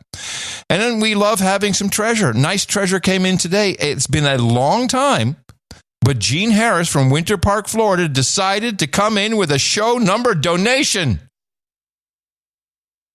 1574. This is phenomenal. Really appreciate that. Thank you so much. And all he asked, he really said, show number donation. I just have 2 jingles. I have Spot the Spook and Victoria Noodleman. Great stuff on the trans-Maoist discussions. Keep it up. Spot the spook. Spot the spook. Everybody wants to spot the spook. Yeah. Where in the world is Victoria Kagan Noodleman? Yeah, baby. I love that jingle. They may come in handy in the next few months, I think. Monty came in with $1,000. Good for Monty. Wow. Dear John and Adam, blessed be Podfather, for I've sinned and have been a douchebag. Uh-oh. Yeah. As a master procrastinator, It has only taken me 15 years, some 1,500 episodes. The imminent closure of bank accounts, bounce checks, the locking, irate phone calls, and subsequent unlocking of my accounts to get this over the line. $1,000. Wow. Should it please the Knighthood Committee, I would henceforth wish to be known as Monty the Unbanked. All right. Yeah, looks good to me. Thank you both for the best podcast in the universe, second only to sex. It is the highlight of my week. I remain as ever yours sincerely, Monty. He needs a de-douching. You've been de-douched. Thank you, Monty. I knew. Okay, we can close the show now. This has been taking us 15 years, 1,500 episodes to get this guy. And here he is. To finally donate. Then we have Frank Hulshoff from Amersfoort in the Netherlands, $1,000, and no notes. Could you find anything from Frank? No, I didn't find anything. Then we give him a double up, and thank you so much. You've got double up. karma. And I'll take the next one. Because of the no note, it's time to remind people of two things. Yes, good idea. If you have a note, put in the title in the subject line, donation, and even for birthdays. And if you're really smart, you'll send it directly to notes@noagendashow.net. And pretty soon that'll be on the donation page. Yeah. I'm reliably informed. Yeah, I can. Yeah. Anonymous I can is in. Patch it and do it. Okay. Please do. You don't have your credentials. You can't. I don't think you can actually patch that. I can. Okay. We'll check next week. Anonymous in Issaquah, well, then today. Anonymous in Issaquah, Washington. Also $1,000. Hey, gents, please keep me anonymous for employment purposes and de-douching. You've been de-douched. I started listening in 2020 after Adam went on Rogan Donation. I can't thank you enough for the alternative perspective on world events. I took the blue pill as a young man, but you all gave me the red pill slow drip. I recently regained... It's a good one. I recently regained employment as a geologist doing work on large EPA Superfund sites after refusing the jab. I'm giving you a well-deserved chunk of my first paycheck after a 3-year employment hiatus. Thank you. Wow. I would like the title of Sir Pentonite. Geology nerds will understand. Keep up the good work. What's pentonite? What is a? Is that a kind of rock? I'm not a geology nerd. My wife would. She is a geology nerd. Really? I thought she was an egg nerd. Well, that too, but that's only recent. Keep up the good work. Jingle request. I've got ants and I like bugs. Well, we'll give you a little bit of the ants and all of the bugs for you, Anonymous. I got ants. I got ants. I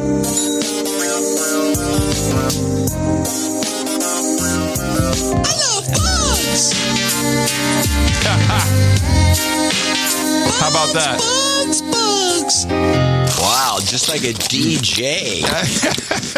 Tastes like poop. 43 years of practice will do that to you. Yeah. All the good it does you. DJ Briggs, talking about DJs. Yeah. Douglas, Massachusetts, 624.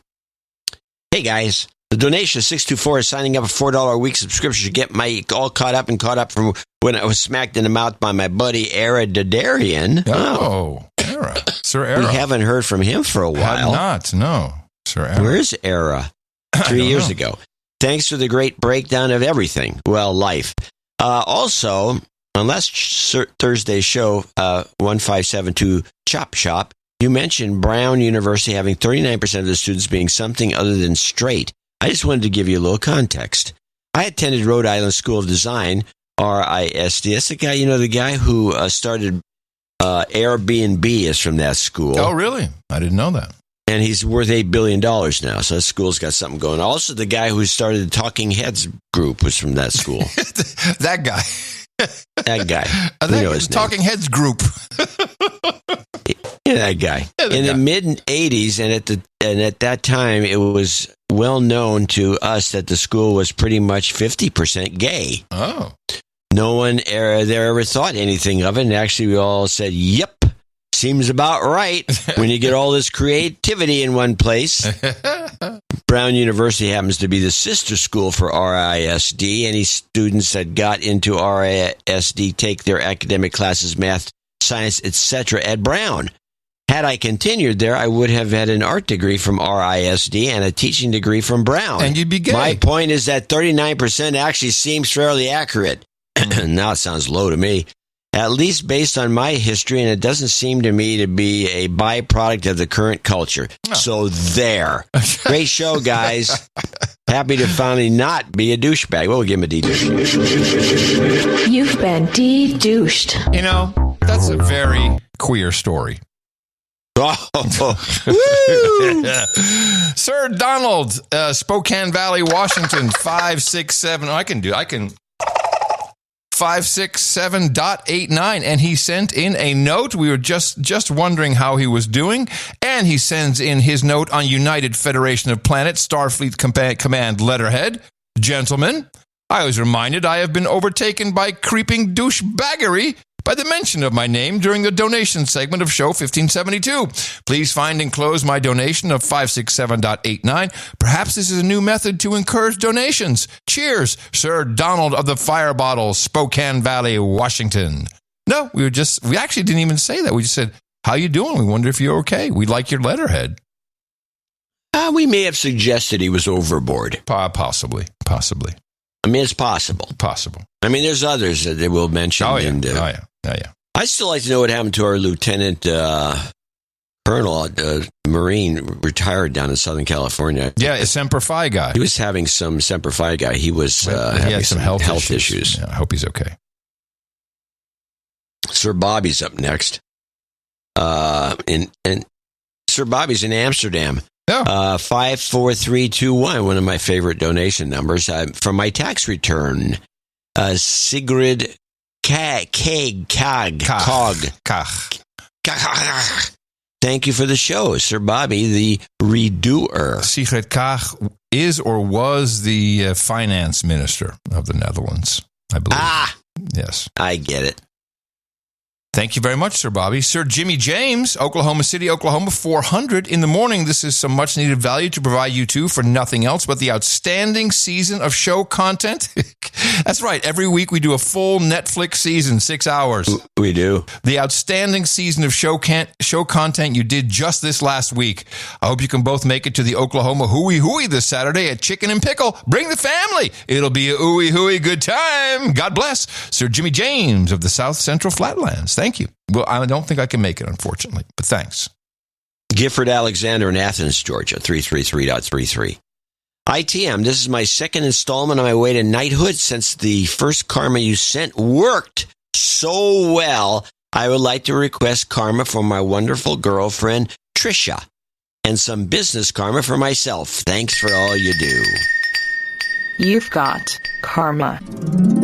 Earl Christopher is in Marshfield, Wisconsin, 333.33. And a lovely note. He just says, no jingles, just some yak karma, please, from Earl Christopher. You got it, Earl. You've got karma. Might as well get this one. Yeah. Oh, want me to get this one? Yeah, because it blowed out the spreadsheet. Yeah, a little too long, Brian Wolf from Dix Hills in New York. But here we go, 333.33. First, I want to apologize for not donating sooner.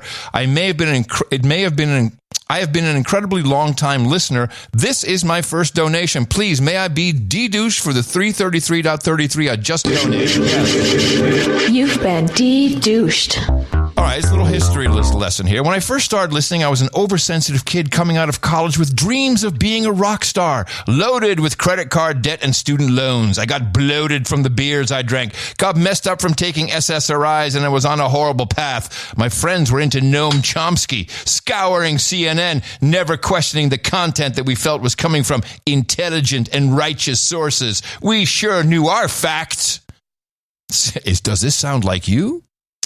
Now I'm married, 2 kids, 2 dogs, a house, in software development for over 10 years, paid off credit cards, paid off student loans, working my ass off every day. I turned to endurance running and have completed multiple 100-mile races with an even bigger race coming later this year. I'll be fast-tracking myself to get to knighthood through 3 larger donations, then switching to a subscription model. I'm going to end this note here and continue with the next donation to talk about my COVID stand amid the New York City mandates for workers, which also affected what my wife's decision was as a teacher. Thank you for every bit of energy you put into the show. The production and presentation makes each episode unique and enjoyable to listen to. The resources like nashownotes.com are incredible.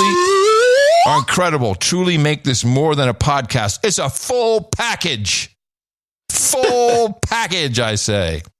All I asked for is a Jill Abramson vocal fry, because the first time I ever heard of it, I was convinced it was actually edited or from being not of this earth.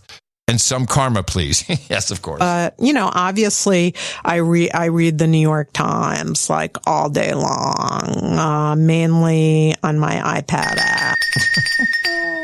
You've got karma. Where is Jill? We need Jill back. She's doing books. She hasn't gotten a job again in newspapers that I know of, which is where she belongs. Yeah. Baron Kaig in Holly Springs, North Carolina, 333.33. Short note. Here's some value for the value. No jingles, no karma. Thank you for your courage. Love is lit. Baron Kaig of South Wake, I guess. South Wake, North Carolina. Yeah. Dame Mandy, Bennington, Vermont, 333.33. Dear John and Adam, as you read this, I will be halfway through an 8-hour surgery. I will take any and all prayers from Gitmo Nation, and I pray I am one of many executive producers this week. Thank you for all you do. Love is lit. Dame Mandy of the Green Mountains. Please, everybody, prayers up for Dame Mandy right now. Thank you. And we'll give her some karma for healing. You've got karma. We go on with Anonymous in Aurora, Colorado. New consulting business and second trimester baby. R2D2 karma, keeping it busy and keeping short. She came in with 333.13. R2D2 karma for you. You've got karma. You want to do these next 4, John, and I'll get the one. I'll get John Stanfield. You do these 4. We got Leroy Elliott in Dunfermline, UK, Fife. 333, no jingles, no nothing, no note. I give him a double up. You've got karma. Also, Rajiv Voletti in Bedford, Massachusetts, 333. Also, double up karma, no note from him. You've got karma. Kathleen Anderson comes in from Avon, Connecticut. 333. Thanks for all you do, and thank you. And last on this quick rundown here is Renee Bernhardsgrutter in looks like a St. Gallen, Czechoslovakia, Czech Republic, Switzerland. Oh, CH is Switzerland. Oh, she's in Switzerland. She's a Swiss Miss. Could be a him. Kopf nicht hängen lassen, Jungs. Den Kopf nicht hängen lassen, Jungs, which means keep your head up. Don't let your head droop. Could be a he too. Renee could be a he. Renee, it probably is a he because Renee is in Europe is typically a male. Thank you. Sorry, Renee. Grüß Gott. Josh Stanfield, Moreno Valley, California, 333. John, I freely admit I've been living the listener douchebag life for a while, enjoying you and Adam's banter to make the day more enjoyable. This ended with episode 1573. I was listening to the donation section when Adam started to talk about the lack of donations when Charlie, our office cat, jumped on the desk and gave me that, really? Look. Then he whacked the screen and gave me that look again. This is a Charlie donation. At this point, Adam said something about barely getting $40 back at the end of the month when he whacked the screen again and looked at me with what I can only describe as a don't be a douchebag anymore. So here is my $333 donation via PayPal. Kindly request a de-douching for me and a punch people in the mouth for Charlie, who has shown me the error of my listener mooching ways. You've been de-douched. And we'll give you the punch people in the mouth in a moment. Anonymous in Henderson, Colorado. Was Jingles, Cancel Cannon, comic strip blogger, John's Boost. I don't know that, but that one is. Yeah, it's a real one. It's a real thing. And a little karma. Wouldn't hurt. Great product, great value. I've met 2 of my best friends through No Agenda Social, and I've met some high-caliber people at meetups. I hope more listeners will donate, join the conversation on Mastodon, and go to meetups. Good job, Adam. Keep going, John. You're doing good. $250.33. Yes, here's your jingles. Comic strip blogger! Boost. And was there karma in there as well? Yeah. Oh, karma, you got it. You've got karma. We do these, and you can read the note. John Brownlee in Decorah, Iowa, 222. No note, no anything, nothing. Give him a double up. You've got karma. Good old Martin, and that was 222. That is Martin, which is a row of ducks. We don't get them as much as we'd like. Martin Rutkowski in Kingston, Tennessee, 21021. Double up for him. You've got So we have a long note that you're going to have to edit on the fly from Millennial Mom. And I want to mention she also sent in a cute little card, which with a short note on it, and I don't have that. That got moved around. I think it's on the card wall. And I want to thank her for that. It's nice, cute, very, very thoughtful. Yes, Millennial Mom donate. What did she donate here? 201.01. We appreciate that. Very long note. I'm going to edit a bit on the fly, but she starts off by saying that she was a typical kid growing up, had a typical kid diet, lots of processed foods, crazy high amounts of sugar, caffeine, having a type A personality. I pushed myself in middle school and high school, signing up for harder courses, sleeping little, stressing over everything. Right after puberty hit, my body started to fall apart. I ignored this till I was at the point of not being able to walk up the stairs anymore without running out of energy. So this goes on for years, although her health did improve somewhat. Doctors were never really able to identify. Then when she had her first child, she had a serious infection, a horrible C-section, and her second child has severe food allergies. This really comes from her own nutrition. And so she looked into this, and she found that every single food specialist she went to for allergies weren't so happy. I didn't give them any vaccinations, So she started to kind of figure out what was going on with her life. And she says, apparently milk is used as a preservative in most vaccines, which blows my mind because many babies are allergic to cow's milk. To summarize, y'all rants about food are true. People, please feed your children and yourselves as well. Be cautious with Western medicine. They don't have all the answers and mistakes can happen. Don't walk down the same path I did. Your body is too precious to continue to throw crap in it while sleeping too little and working too hard. Thanks for what you do. Sincerely, a Millennial Mom. And I would say this is the same story that the Meat Mafia boys went through. Go take a look at the Meat Mafia podcast. When they got out of high school, their bodies fell apart as well, and they were athletic. It's a good story, and they believe beef is what... just pure, unadulterated beef is what got them back into health. There's a lot of thought out there. Mm-hmm. But I want to thank Millennial Mom anyway. Yes, we do. John Clegg in Sunset Beach, North Carolina, 200. No jingles, no karma. I only ask that you announce, visit theanimalrescue.com and check the purple button to give you to benefit. I'm sorry, John. We got to do that. We got to do that read over again. Click the purple button to animalrescuesite.com, and you did a shitty read. Try to do it. Okay, take 2.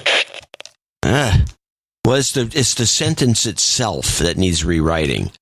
Visit the animal. Visit the animals. I can't do it now. Visit theanimalrescue.com. No. And click the purple button. You're doing the domain name is wrong. It's animalrescuesite.com.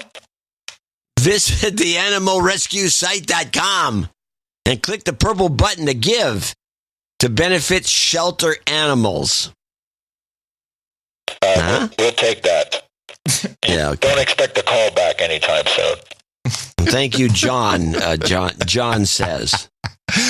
Deborah Jones is in Bastrop, Texas. We get to the end here of our associate executive producers. $200 no note. You get a double up. You've got Double up. karma. And last, or getting to the last, Brant Wessel in Cottage Grove, Wisconsin, 200. You like this one. Been a listener for about 2 years after it was recommended on a TikTok video. Hello, TikTok. Hello, TikTok. By the way, stop. Have you seen this TikTok live stuff? Not yet. Yes, you have, because you sent me a recording of one with the weird chick, the rump roast woman. Oh, God. But that people are doing, so you can do live TikTok and you can send people money in real time, and they're doing some weird crap. I mean, dressing up, they've all got kitten ears, it's all highly sexualized. People are, covering themselves in mud. I mean, what is going on with the world?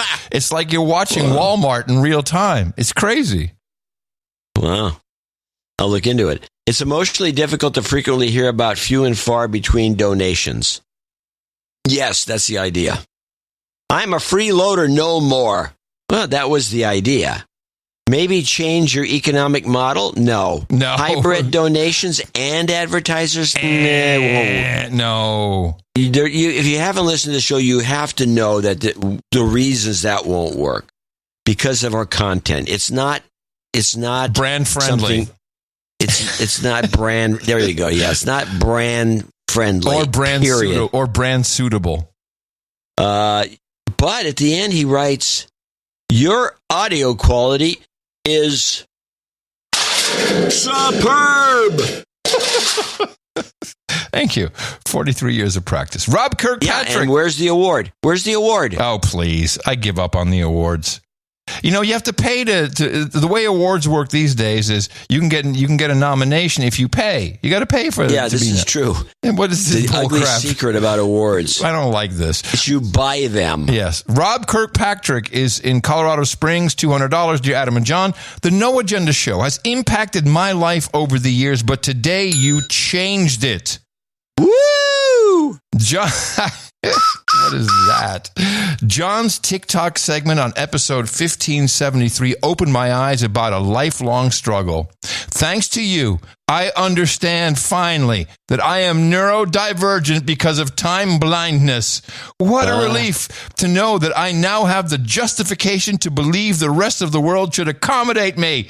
My pronoun is mercurial. Sincerely, Sir Robert, Knight of the Seven Villages. Beautiful. Huh. Beautiful. Cole Candler in Lynchburg, Virginia, 200. Here's a little treasure to help ensure the show continues. No jingles, no karma. That's a great note, Cole. I think you should do the next one because Linda Lupatkin's back. She's in Lakewood, Colorado. Jobs karma for all. We'll give you that. And for a competitive edge, go to imagemakersinc.com for all of your executive resume and job search needs. That's imagemakersinc with a K.com. Or look for Linda Lupatkin under the show's producer list and run a search. Jobs, jobs, jobs, and jobs. Let's vote for jobs. You've got karma. We see Eric Blazinski stepping up. He's usually in the 50s, I think, Midlothian, Virginia, and he's there with an associate executive producership. $200, no note, so you do get a double up. You've got double up. karma. We have a lot of $200 donors. We do, and this is the last one. I might as well round it out. Troy Vader, Rio Ranchero, New Mexico, 200, associate executive producer. Says, my son David hit me in the mouth a couple of years ago. I really enjoyed the podcast and listen as often as I can. Please deduce me for not donating sooner. You've been de-douched. Also, please give me a birthday shout out to my son David Veeder, who turns 33 on the 20th. And thank you very much. And wow, what a fantastic list of associate executive producers and executive producers. Every single one of you has rightfully earned the title that is associated with your donation. You can use these anywhere that titles are accepted and recognized, which includes LinkedIn, includes your resume, of course. Now, I don't know if it's going to do any good with the strike, but you could even get into the union if you put it on IMDb. You can prove that you can get into the Producers Guild. People have gotten into the Producers Guild by using these credits. Go take a look at IMDb. You see how many people, up close to 800, are in there listed as executive and associate executive producers. Thank you so much for supporting us. We appreciate it. We'd love it if everybody, you don't have to come in this big every single time, but we appreciate if we can have less of a seesaw and just even it out throughout the year. Try and keep it a little level. And we'll be thanking more people later on. But first, thank you again for producing episode 1574. Our formula is this. We go out, we hit people in the mouth.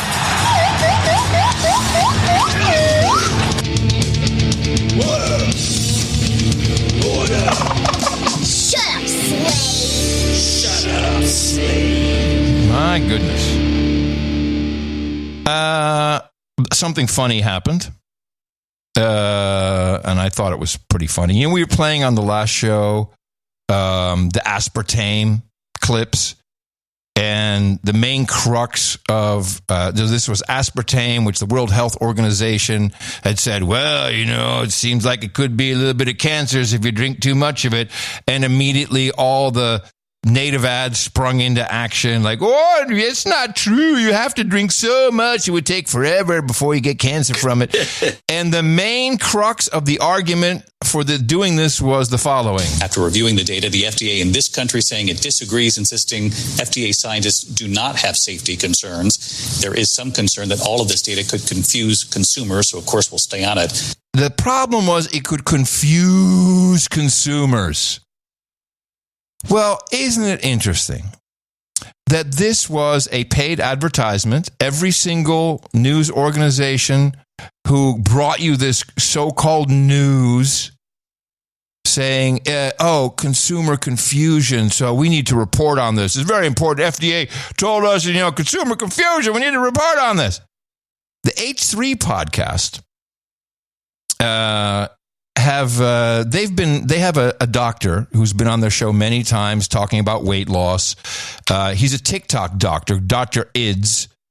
And they found out that Dr. Ids, while talking on their podcast about sweeteners, in particular aspartame, we call aspartame, has been paid by a lobbying group to do this.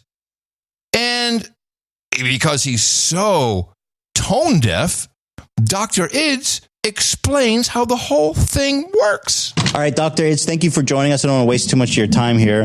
How's it going, my friend? So there is a little bit of we have a little bit of some hard questions for you, Ids. Oh, yeah, of course. I'm ready. Okay. Now everybody's talking. Dr. Ids is now sponsored by the ABA. Is that correct? Yes, first of all, it's true, but it's a short-term 3-month contract that ends probably in about a month and a half. And the reason they approached me is because they've seen the dozens of videos I've done on artificial sweeteners, stating the evidence, showing they're safe. And they knew that the WHO and IARC were going to convene during the summer. So they wanted, medical professionals, healthcare professionals who understand the data to basically remind people that the data does show that aspartame is safe. So they launched a new website called safetyofaspartame.com. And as you can see there, it lays out all of the evidence, all of the individual research studies. They go through over 100 of them. They go through all of the health institutes from across the world, the European Food Safety Authority, JECFA, the FDA, Australia, New Zealand, all of the major health institutes from across the world, right? Mm-hmm. And all of their statements showing that it's safe. So basically, they're running a campaign because they know that some of these ridiculous headlines are going to come out and cause mass confusion amongst people, right? They knew it. they knew the headlines were coming out. They knew it would cause mass confusion with their product. So they paid doctors. They paid doctors to go ahead and say it. It's like the Aspartame lobbying group. Why would they need one? Well, if an artificial sweetener needs a lobbying group, that's a red flag if there ever was. Yeah. And this guy, but what gets, first of all, it proves that we were right. The key word that they were paid to say, it was, it could cause confusion. The key term could cause confusion. Oh, we're very concerned. And the FDA are the ones who fed that. And half of these guys, maybe all these doctors are getting paid. And this guy's just like, oh yeah, but it's because they saw I was doing good work. For them. It's unbelievable. They already saw that I was a stooge. Mm-hmm. I'd go along with any program, and they offered me some free money off. I would have done it for free, but they're going to give me some money. Yeah, it's just icing on the cake. So let's look at another doctor. This one is a doctor from Oregon. He has pink hair, and he loves talking about his fabulous work, which is transgendering children. So 80% or so of my practice is gender affirming surgery. So I do facial, chest surgery, and genital surgery. But the majority of my practice and sort of where my passion lies is really genital surgery cases. So I do a lot of vaginoplasty and a lot of phalloplasty.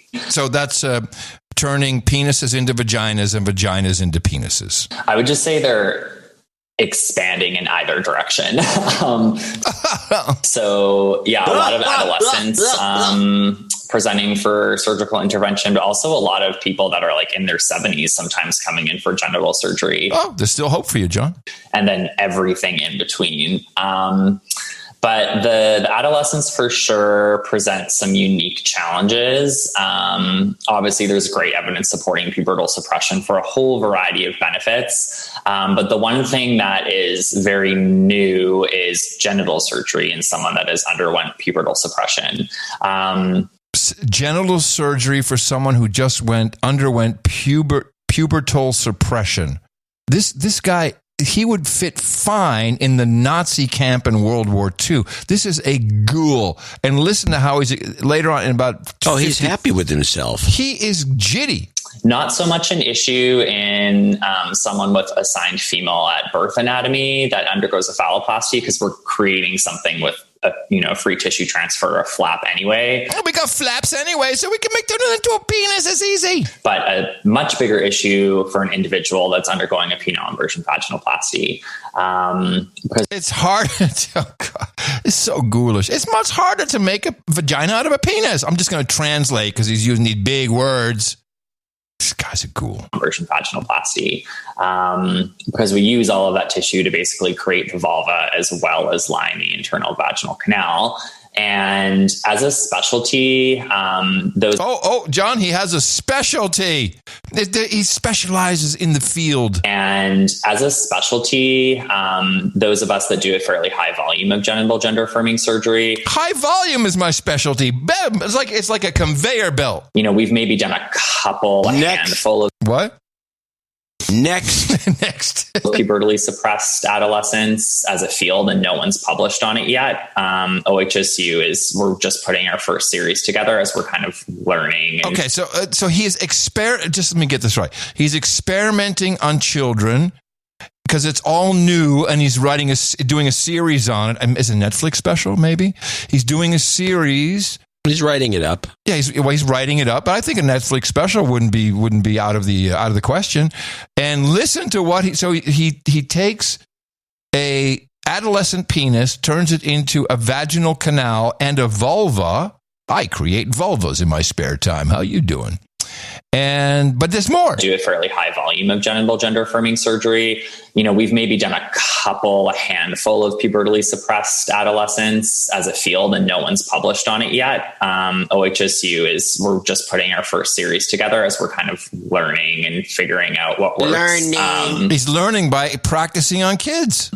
Yeah, but it's really changing. By the way, he will be one since he does volume business. Yeah, he's gonna be the one. He'll be one of the ones that one of these misfits. I'll use that word, which has been lost to society. one of the poor misfits that he butchers, will shoot in the head, probably, or probably in the nuts. I don't know where they're going to shoot him, but he's a Walking Dead man. Series together as we're kind of learning and figuring out what works. But it's really changing things because you don't have enough tissue to line the vaginal canal. So you either have to take a skin graft or take skin from elsewhere or use some artificial product. The way that we're dealing with it is by using a robot. And we're basically performing intra-abdominal components of the surgery. So we're using peritoneum, which is the inner lining of the abdomen, to line most of the vaginal canal. And by doing that, that allows us to use all of the remaining tissue externally to create a vulva and try to make also an aesthetic result. And kids, it'll make you happy. All your problems go away. Especially after having part of your stomach removed. This is Mengele territory. This is so wrong. It's yeah, I know about this clip. I didn't bring it into the show. Yeah, and I wouldn't have beat it up. I wouldn't have done the job you've done. You've done a better job than I would have done because I would have just mocked it. Yeah. And it's sick. Yes. Just sick. And this guy's oblivious. He's totally oblivious. He thinks he's doing good work. He thinks he's doing a great... That's the problem. Yes. He literally is... He's sincere. This is not an insincere man. So part of the reason for this is explained in an excellent 12-minute video by Christopher F. Rufo. We'll discuss him and the origin of this video in a moment. 3 clips from this, which explain why this is taking place, most likely why it is taking place in the United States mainly. It's happening in other countries, although many countries are seeing that there is no evidence of long-term happiness after undergoing these procedures. There are parents in my direct sphere who have had the exact opposite experience. They don't even talk to their child anymore. The now boy is couch surfing, can't hold down a job, is depressed, suicidal. Okay, pink-haired doctor, good job. It's called Transgender Empire, and it starts with the social construct.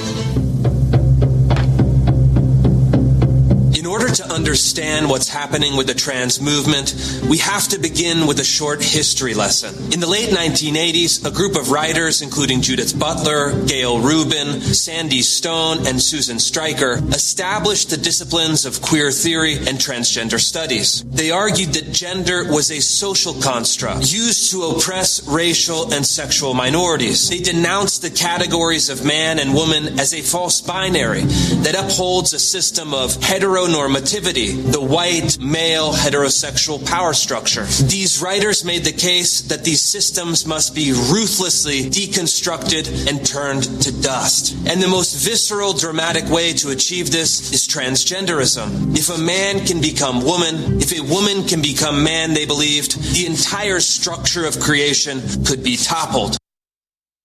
So again, it's a 12-minute video, just pulling 3 quick clips from it. A trans movement manifesto is intended as a secular sermon that unabashedly advocates embracing a disruptive and refigurative genderqueer or transgender power as a spiritual resource. This is Susan Stryker, one of the founding theorists of the trans movement. In her best-known essay on Performing Transgender Rage, Stryker argues that the transsexual body is a technological construction that represents a war against Western society. I am a transsexual, and therefore I am a monster, Stryker writes. And this body, Stryker says, is destined to channel its rage and revenge against the naturalized heterosexual order, against traditional family values, and against the hegemonic oppression of nature itself. There's something important to understand here. The transgender movement is inherently political, using the construction of personal identity to advance a collective political vision. Some trans activists even believe their movement represents the future of Marxism. And this is the important thing to understand as it pertains to politics and right-left media in the United States, the political aspect of it. In a collection of essays titled Transgender Marxism, Rosa Lee argues that trans people can serve as the new vanguard of the proletariat, promising to abolish heteronormativity in the same way that Orthodox Marxism promised to abolish capitalism. Lee writes, in a different era, Marxists spoke of the construction of a new socialist man as a crucial task in the broader process of socialist construction. Today, in a time of both rising fascism and an emergent socialist movement, our challenge is transsexualizing our Marxism. We should think of the project of transition to communism in our time as including the transition to new communist selves, new ways of being and relating to one another. This is the great project of the transgender movement, to abolish the distinctions of man and woman, to transcend the limitations established by creation, to hitch the personal struggle of trans individuals to the political struggle of revolution. All of society must be reorganized to affirm their identities and, more importantly, their politics. And I'm going to disagree with what you wrote in the newsletter. I believe the Barbie movie is a part of the transgender political agenda, since they both have mounds. They don't have genitals, they have mounds. And I think this will be a huge hit. Well, first of all, I never said it was anything to do with the transgender movement one way or the other. I am. What you're disagreeing with is the fact that I think it's going to be a bust. Yes. That's correct. I didn't say that you didn't say that. I believe. Well, no, you started off by saying I disagree with you. Yes, comma. I think, and then you discussed the fact that they're both asexual. Two commas. So So I disagree with you in my belief that this is part of the transsexual political movement, trans-Maoism, comma. It will be a huge hit. The minute I heard Kara Swisher saying, "Oh, I'm going to go to the premiere," and then I heard the CEO of Mattel on what the CNBC douchebags show, Kramer. Wait, stop. CNBC douchebag show? That's redundant. I know. Kramer. I think it will be a blockbuster. It's totally against the patriarchy. Ken is emasculated. It's the whole thing is messed up. Anecdotally, I want to warn parents of the pornography angle. What is happening here, it's a twofer. Young men, not even always young men, but mainly young men, are getting sucked into cuckold, forced feminization type porn, which once you're bored enough with all the porn you can see, this is where it leads. And then there are ghouls out there who will start to feminize your man, your boy, your son, and then set up an OnlyFans. I've heard this now from 4 different people who've emailed me. It always ends with a couple of people who are also trans, and they all wind up doing stuff on OnlyFans, which of course creates an income. There is a monetization angle to this that is very real. Well, it's like the story we had about the guy who was dressed up as a girl as a joke, and he's made a career out of it. Well, that seems to be, yes, Twitch is a part of it. It's all a part of it. And we'll have to see how the Barbie movie does. I'm afraid it's going to do really well. Well, then you have the edge on this, but it just seems like a turd. No, well, I mean, I saw some previews. I'm like, I'm not interested in this. I agree with you on that. But this is a very, very, very dangerous movement, and just one after another. My brother went through this. My son went through this. My stepson went through this. One after another. It's. Whew. And if you look at the note, we get too many notes. I agree. And if you we get too many notes describing the situation, and it's disconcerting disconcerting. Disconcerting. If you look at, I put this link in the show notes, thefederalist.com. The People of Walmart account, which is on Twitter and Instagram, all you see is dudes dressed up in bras and sheer yes. There's something. People are going insane. People are going insane out here. There's a million sirens going on. I can hear it. Also insane is Bill Gates, who has a new podcast out. When you're learning about something, this is his trailer. When you're learning about something, it's important to let yourself be confused, to acknowledge, I don't really get how these pieces work together. And then it's so much fun when they start to make sense. And I call that getting unconfused. We scientifically proved that people retain information better from celebrities than doctors do. Wow. Let's talk about AI. It explained it. Oh, yeah, it's so good at that. I couldn't sleep. I was just having these in-the-rabbit-hole conversations. You'd think, given how prevalent Alzheimer's is in our society, mental health, all that is like people don't like to talk about. They're still afraid to talk about it. I can now read Chinese like a 3-year-old, and that's taken... This is what you call prime stunting. Hopefully I've unconfused you. Yeah, definitely. Well, it was fantastic to have you here and talk about Alzheimer's and pop. Exactly. Subscribe to Unconfuse Me wherever you listen to podcasts. God. I realized. Who put that sizzle reel together? It's and so he has different celebrities on his podcast. The first one is Seth Rogen, the government cuck, as my daughter calls him. So it's called Unconfuse Me with Bill Gates. is the host? Yes. What do you do when you can't solve a problem? I like to talk to smart people like Seth Rogen, who can help me understand the subject matter. I call this process getting unconfused, and I think it's one of the best ways to learn something new. In my new podcast, I try to get unconfused about some things that fascinate me. Join me on my journey as I talk to brilliant guests about Alzheimer's, artificial intelligence, the future of education, plant-based meat, the evolution of language, marijuana, and more. How's this going to get him to the goal he's angling for? I think he's out. They've kicked him out of the club. No, he's using this. I'll tell you what he's trying to do here. Okay, I'm wrong. It's going to look normal for a while. And it's going to be crappy. And then the girls will start coming in. He's going to be interviewing the women. Lauren, he's looking for a new wife. Well, he's interviewing Seth Rogen and Laura Miller Rogen, so he might take Seth Rogen's wife. Well, there may be a threesome involved. Let's take a look at her. She looks pretty cute. Laura Miller Rogen, Rogen. Laura Miller Rogen. Mm-hmm. Yep. You think Rogan, is that it? Gen. Yeah, man. OG. It's coming July 27th. I can't wait. Yeah. She's a cutie. Yeah.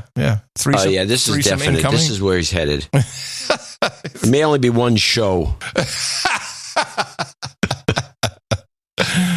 Yeah, because our whole world may crumble very soon. UPS workers could walk off the job in 2 weeks, but negotiations remain stalled as the union demands better pay and other benefits. The head of the Teamsters Union says he's asked the White House not to intervene if there's a strike. Analysts say a 10-day work stoppage could cost the economy more than $7 billion, making it one of the costliest strikes in the last century.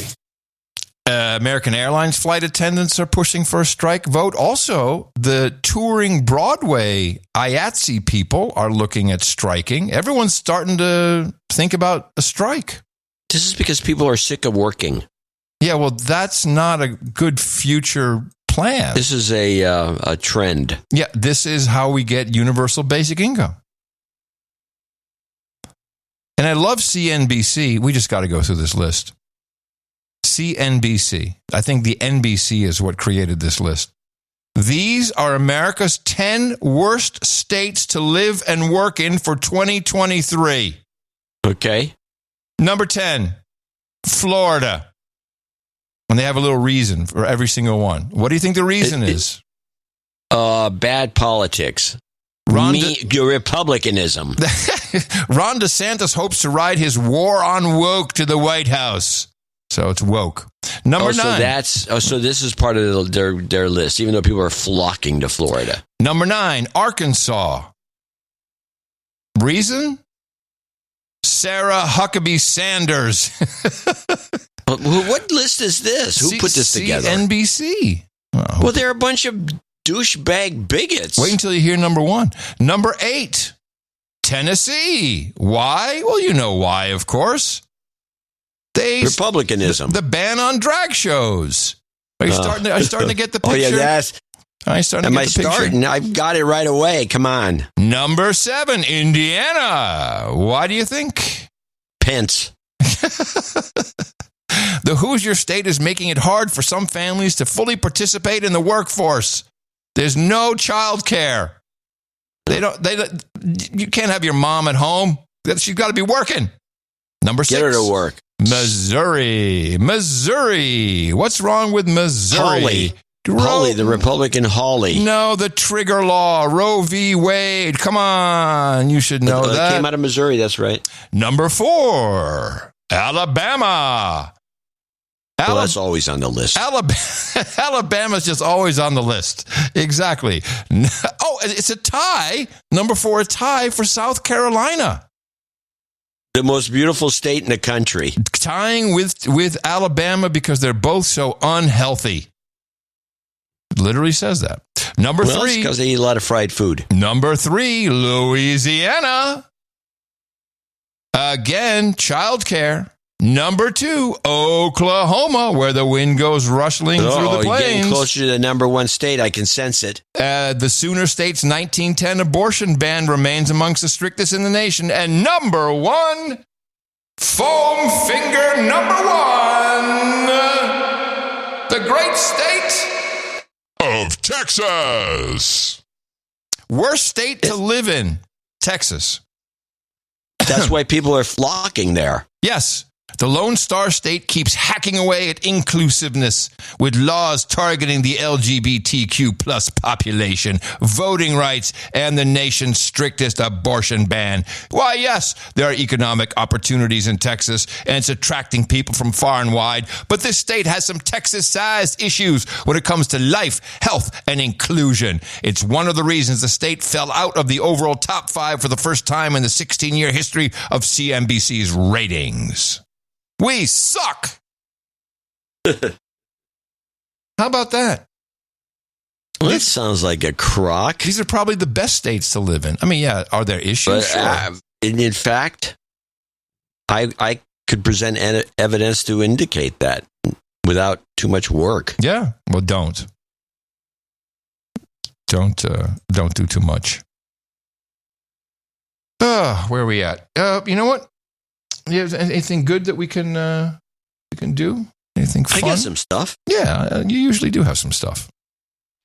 Let's see what we can do. Well, let's do the Clara Daly clip, which you tried playing before. I just want to play this for balance, to show balance, because this is Clara Daly doing what she does. She's a socialist. She is an out-and-out socialist, not of the sort, not a phony baloney socialist Democrat or one of these things. No, she's a real one. And so she rags on the United States, and I think we need to we have to listen to this once in a while to realize that we're horrible douchebags. All of the bravado about the vibrant European industry, the CHIPS Act actually is just another example of Europe scrambling to respond to unilateral US moves to protect its interests, something the US always does with zero care for the consequences of anybody else. And the irony, of course, is that of all of those US-dominated multilateral institutions, the WTO, the World Bank and so on, is that even dominance isn't enough for them. They want everybody else to submit to their rules while they do whatever they like. Thanks very much. It's their world and we're just lucky to live in it. That's the rules-based international order.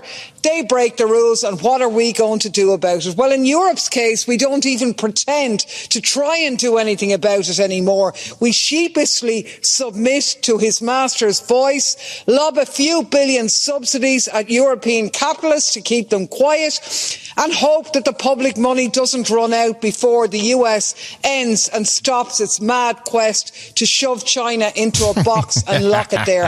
Because that isn't going to happen, and it's about time Europe got itself out from under the coattails of our misnamed like-minded partner. Thanks, Claire. We suck. Yeah, thanks, Claire. Good one.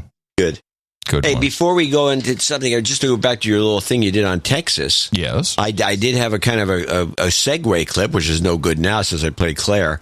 But this is an example of why Texas is bad and should be number one on the list. This is the Texas migration horrors clip from Democracy Now! Officials directed by Republican Governor Greg Abbott to apprehend asylum seekers at the southern border were ordered to push small children and nursing babies back into the Rio Grande to deny water to migrants, even in the sweltering heat. That's according to the Houston Chronicle, which obtained an email written by a Texas Public Safety Department agent calling for policy changes. The trooper, Nicholas Wingate, calls for the removal of barrels wrapped in razor wire placed in the Rio Grande River to stop migrants from crossing the river, writing to his colleagues, quote, "This is nothing but an inhumane trap in high water and low visibility." He describes two incidents from last month where a 4-year-old migrant girl and a pregnant woman having a miscarriage were found with severe injuries as they crashed into the barbed wire barrels while crossing the river. The young girl had also passed out from heat exhaustion. Wingate also wrote a migrant mother and one of her children drowned in the Rio Grande in early July, and that the woman's other child was never found. Those drownings were never officially reported. Oh, this positioning of migrants. No.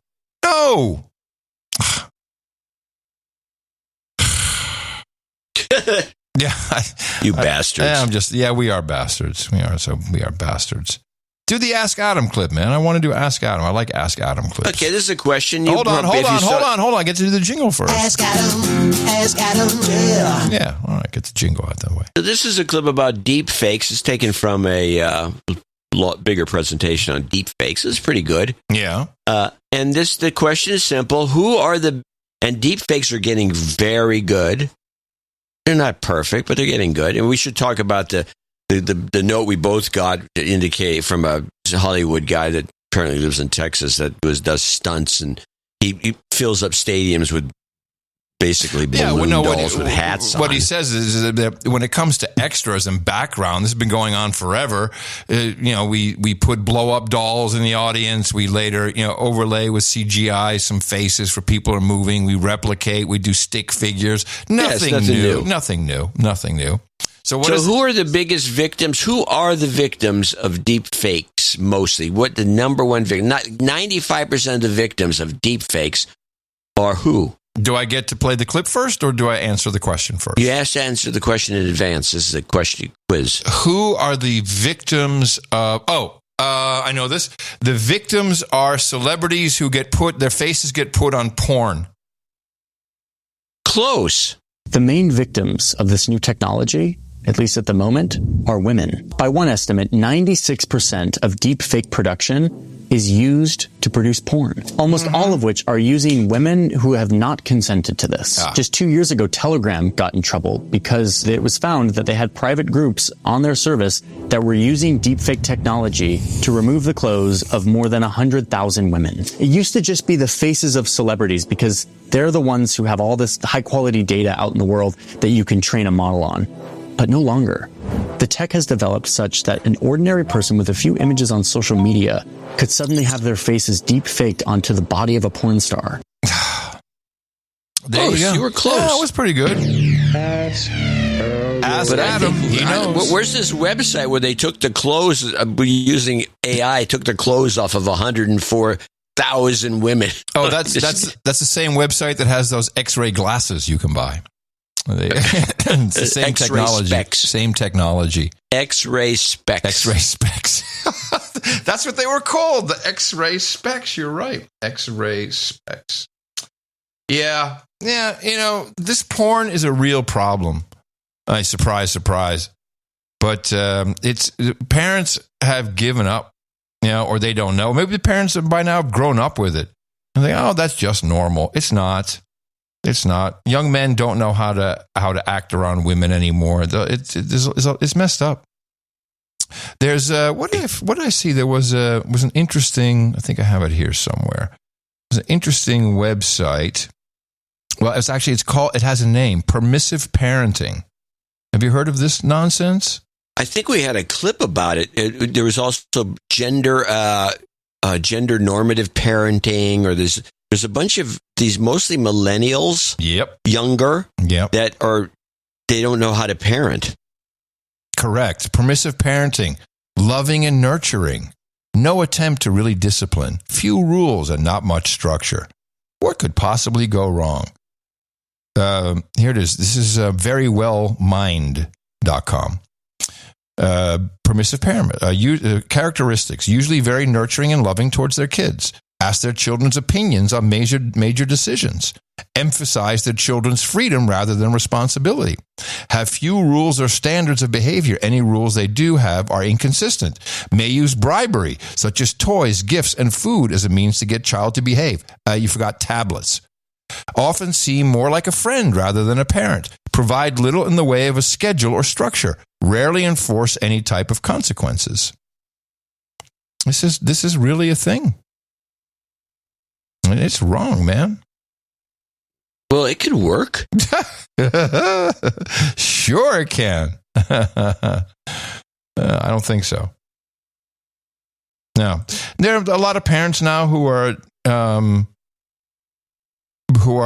giving their there's a new phone out, actually. Let me see if I can find this phone. I have it here somewhere. The phone is... why can't I find this? Here it is. I found this. I was given this article. The parents, actually it was on the Free Press. Isn't that Barry Weiss's operation? The parents saying no to smartphones. And the kids are doing quite well. Kids should not have a smartphone. Gab Wireless, GABB.com, has smartphones. It's a dumb phone that looks like a smartphone. So when the kid pulls it out, it has a screen, a touch screen. He's not embarrassed. Yeah, you're not embarrassed, but it has no internet, no social media, and no worries. You can even get a little watch, like a smartwatch, and like $134. And it has a camera. You can take pictures. You can't send it anywhere. So yeah, it's fine. It's on there. You can take it off later. Yeah, but no, I think it's. What do you need to send it for? No, that's what I'm saying. I think it's a good product. This is exactly what kids should be using. We got to save some children, John, before they make the intestines into a vulva. How about this for an idea? Yes. Put the phone in a drawer. Yeah. Oops. That's not. Oh. That's not what I want. Hell? I'm sorry. Things went very, very wrong. Let me see if I can fix this. No. Oh man, I can't fix it.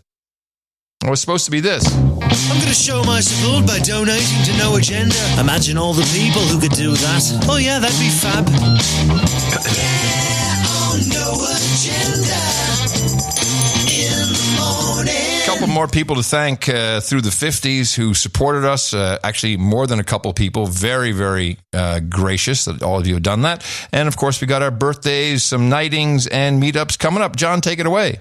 Well, I got to definitely mention a switcheroo here for Luca Maria Asberto, who's a switcheroo in donation on behalf of Marty from Olten, Switzerland, who is too OTG to do it himself. Oh. Double boobs, 160-16. He needs a de-douching. Oops, hold on a second. Why?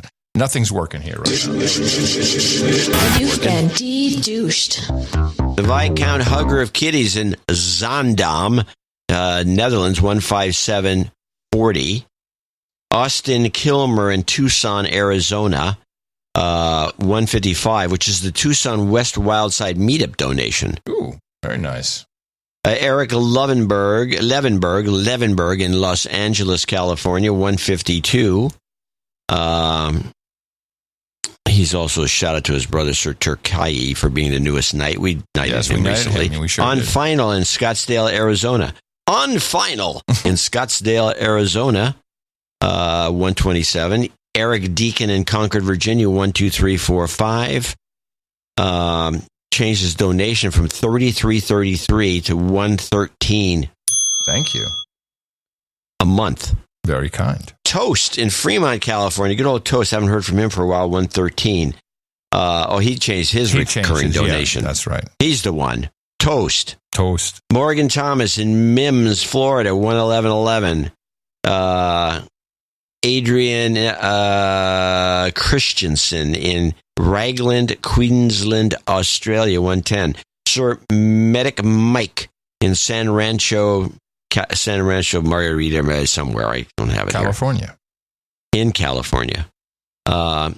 He needs to go some karma. We'll give it to him at the end. Chris Bristow in Mansfield, Texas. Needs a de-douching for $100. You've been de-douched. I guess that goes to Wrecking Doll. Mm-hmm.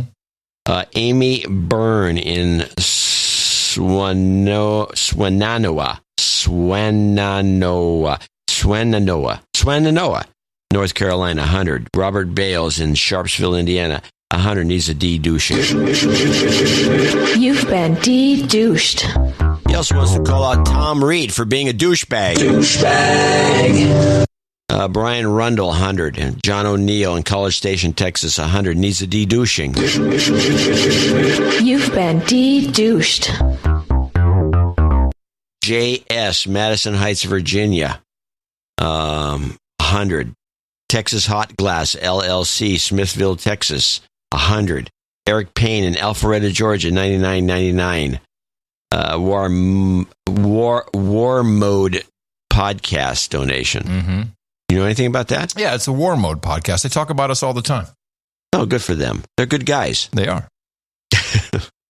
Sir Foam Finger number 1 in Louisville, Kentucky, 89. Got a note there. You can read it and see what it says. He was looking at getting a personalized no agenda themed license plate he said he was looking at doing that. I said, screw it. I'll just give you a donation instead. Good idea. Actually, that's a good decision. $89 instead of the license plate. Yeah.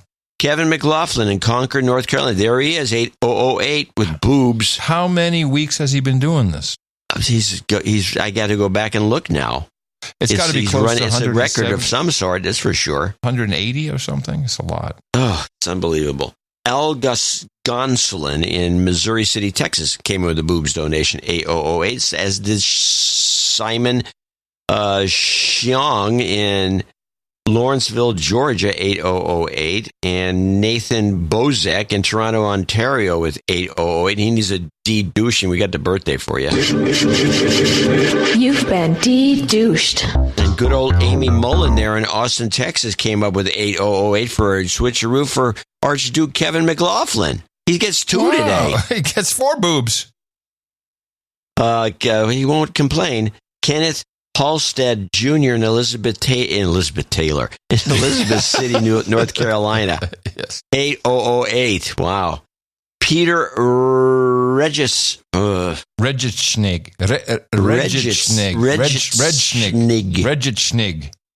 in Westminster, Colorado, 8007. This brings me slightly beyond knighthood status, but thank you for your courage. I will be Sir of the higher montañas. I request elk meat, ramen, eggs, and optimism. You got it. On deck. Gary Blatt, Wayne, Pennsylvania, 7777. Christopher Myers, Dallas, Texas, 75. Corey Rule in Marion, Iowa. Ruley, isn't it? It's pronounced Ruley. And he's also calling out Francis Burns, but not as a douchebag, just contribute. 7183. Spencer Christian, $70 from Hawaii. Sir Rick in Arlington, Washington, 6996. Very distinctive. Sir Paul in Twickenham, Middlesex, UK. Sir Paul, 6969, dudes. You guys kept me sane during 2 years of COVID bullcrap and continue to do so. Thank you, sir. Yeah, I think a lot of people really had to think about, what has the No Agenda Show done for me? And they stepped up. It's good. Thank you, Sir Paul. Indeed. Kate Smith. Great. I hit the wrong button. Kate Smith in Leonardtown, Maryland, 6879, which is 6879. I like that. Got it. Okay, I'm back. Evert. Is Evert? Is Maastricht, the Netherlands. Oh, it's in Maastricht. Yeah. It's in Netherlands. Evert Blap in Maastricht. He is 66, and they're doing some John Mullen's Irish pub. Oh, that'd be interesting. He's got a meetup coming. Yeah, July I would 21st. love to go to one of these meetups there. Tomorrow. I can't make it. Timothy Wright in Victoria, BC, 6666. It's a double LP donation. Sir Kevin O'Brien in Chicago, Illinois, 6006. Wait a minute. Kevin McLaughlin starting another streak here with 6006. He says, I'm going to read it. He's in Concord, North Carolina. He says, summertime is the perfect time to show off your melons, ladies. Small boob donation. Archduke of Luna, lover of America and boobs. You can't argue it. I congratulate him. Robert Wills in Riverside, California, 5678. And he's got a little note for you. Scott Mangle. He needs a de-douching. You've been de-douched. He's in Exton, Pennsylvania, 5555. Nicholas Orman in Thief River Falls, Minnesota, 5555. Jeremy John in Longmont, Colorado, 5510. Double nickels on the diamond. He needs a de-douching. You've been de-douched. Dean Roker, 5510. James Bo Fredericks in McFarland, Wisconsin, 5510. Stephen Anderson in Sparks, Oklahoma, 5510. Support your local beekeeper, he says. Yes. Buy some raw honey from your local bees guy. Stephen Smith in Maynardville, Tennessee, 5510. Jason Petrie in Green River, Wyoming. I don't think he's got a de-douching in there. He's in for 5510. Also has a long note for some reason you'll have to read later. Sabode Peth in Metairie, Louisiana. Another person we haven't heard from in a while, I don't think. No, we just did. 5510. Mm-hmm. Herbert Garrett in Raleigh, North Carolina, 5510. Jeffrey Montagna in Phoenix, Arizona, 55. David Middleton in Grand Prairie, Alberta, Canada, 5333. Sir Kyle in Bertram, Texas, 5333. Baron Henry of Outpost West, Rancho Palos Verdes, California, 5242. Stephen Sherwood in Ridgewood, New Jersey, 51 needs a de-douche. You've been de-douched. I want to remind people that we don't read notes 55 to 200. We just read de-douchings. Stefan, this should be known to everyone by now, I would hope. Stephen, but we get long notes anyway. Stephen Eisenman in Chicago. And he's a Rogan transplant, needs a de-douching. It's at the end there, 50-50. You've been de-douched. Dana Swank in Ackworth, Georgia, 5021. First-time donor, give Dana a de-douche. You've been de-douched. Mick in Adelaide, Australia, 5005, and he needs, these are all de-douchings. I mean, this is the first time we got these people to donate. And we're very happy. You've been de-douched. Good old Andrew Benz in Imperial, Missouri, 5005. Lisa Mikowski in Sarasota, Florida, 5001. She has a snide comment about the Barbie movie. Peter Odo, and she needs a health karma at the end. We also have an F karma person at the end, too. We got to put that in there. Peter Odo, $50. This is our $50 people. We'll wrap it up with Peter Odo in Ridge, New York. Nathan Cochran in Franklin, Tennessee. Stephen Schumach in Xenia, Ohio. Tatiana Prince in Hollywood, Florida. Joan Pulls in Hernando Beach, Florida. Jared Regal in Regina, rhymes with Saskatchewan. John Catalano in House Springs, Missouri. Gadget Freak 10 in Western Springs, Illinois. Jason Hartung in Gardner, Massachusetts. Scott Lavender, Sir Scott in Montgomery, Texas. Alexander Verdejo in Gig Harbor, Washington. Corey Bennett in Denver, Colorado. Katie Dwyer in Bernie, Texas. Kyle Alcorn in Brabham, Washington. Kara Cortez in Pittsburgh, Pennsylvania. Bart Hendricks in Okay. Boisem, Netherlands. It's the Jewish part of the country. Boisem. Yeah. It's not Boisem. Yes, it's Boisem. From now on, it is. Hey, hoe kom ik bij Boisem? Digital marketing dude in Westminster, Colorado. Zachary Taliaferro and Bernie, another Bernie, Texas. You guys do a meetup in Bernie. Yep, that would be great. My periodontist Maverick, he's in Bernie. Go to Bernie. Do Bernie meetup, everybody. Douglas Anderson in Pacific Washington, Chris Cowan in Austin, Texas, Andrew Gusick in Greensboro, North Carolina, Joe Oswald in Lithia, Florida, Fletcher Scafey, Williston, North Dakota, Cutting the Fence in Black Mountain, North Carolina. Needs a de-douching. You've been de-douched. CuttingTheFence.com, it should be. Brett Lemons in Mitchell, Indiana, Christy Jones in DeMorris, Georgia, Robert Case in Mill Spring, North Carolina, Matt Illingworth in Montclair, New Jersey. A lot of 50s today. I want to thank each and every one of them, including Chris Eriskog in Charlotte, Latin Billy in Omaha, Christopher Coleridge in Concord, California, Sir Examediator, Sir Examediator in North Pole. That's the Canada. The North Pole. Needs a de-douching. Oops. You've been de-douched. You had to pay $65 to get on the list. Franklin Monterosa in Dodge City, Kansas. Stephen Crummy in El Cajon. Louis Conti in Reseda, California. Leanne Shipley in Covington, Washington. Sir Spud the Mighty in Marietta, Georgia. And last on our list is always the same, Sir Jerry Wingenroth in Saugus, California. I want to thank all these people for making the show a huge success and straightening it out for the last time, which was pretty miserable. And David Lybrand requested a make good. He said, my wife Nikki and I donated $8,008 for last Sunday's show. We did not receive a de-douching. Can you please give us a U.S.-made de-douching? Yes, this one is made in Texas.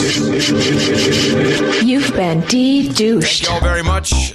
We do have an F Cancer and some General Karma coming up for you. I'll play those too. We really appreciate the support today. If we can even it out, if everybody can just donate a little bit every single show, there's almost 1 million of you. It would make it a lot easier, more show for you. And of course, we thank everyone who came in under $50 for reasons of anonymity. A lot of people started subscriptions. We appreciate that as well.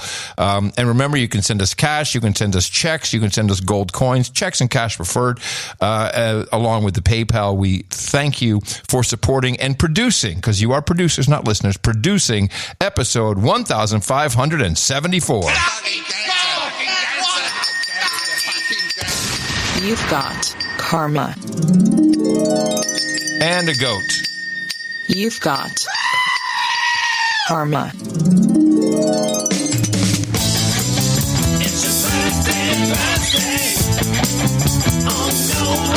We definitely have saved the world of a whole bunch of douchebags. No douchebags.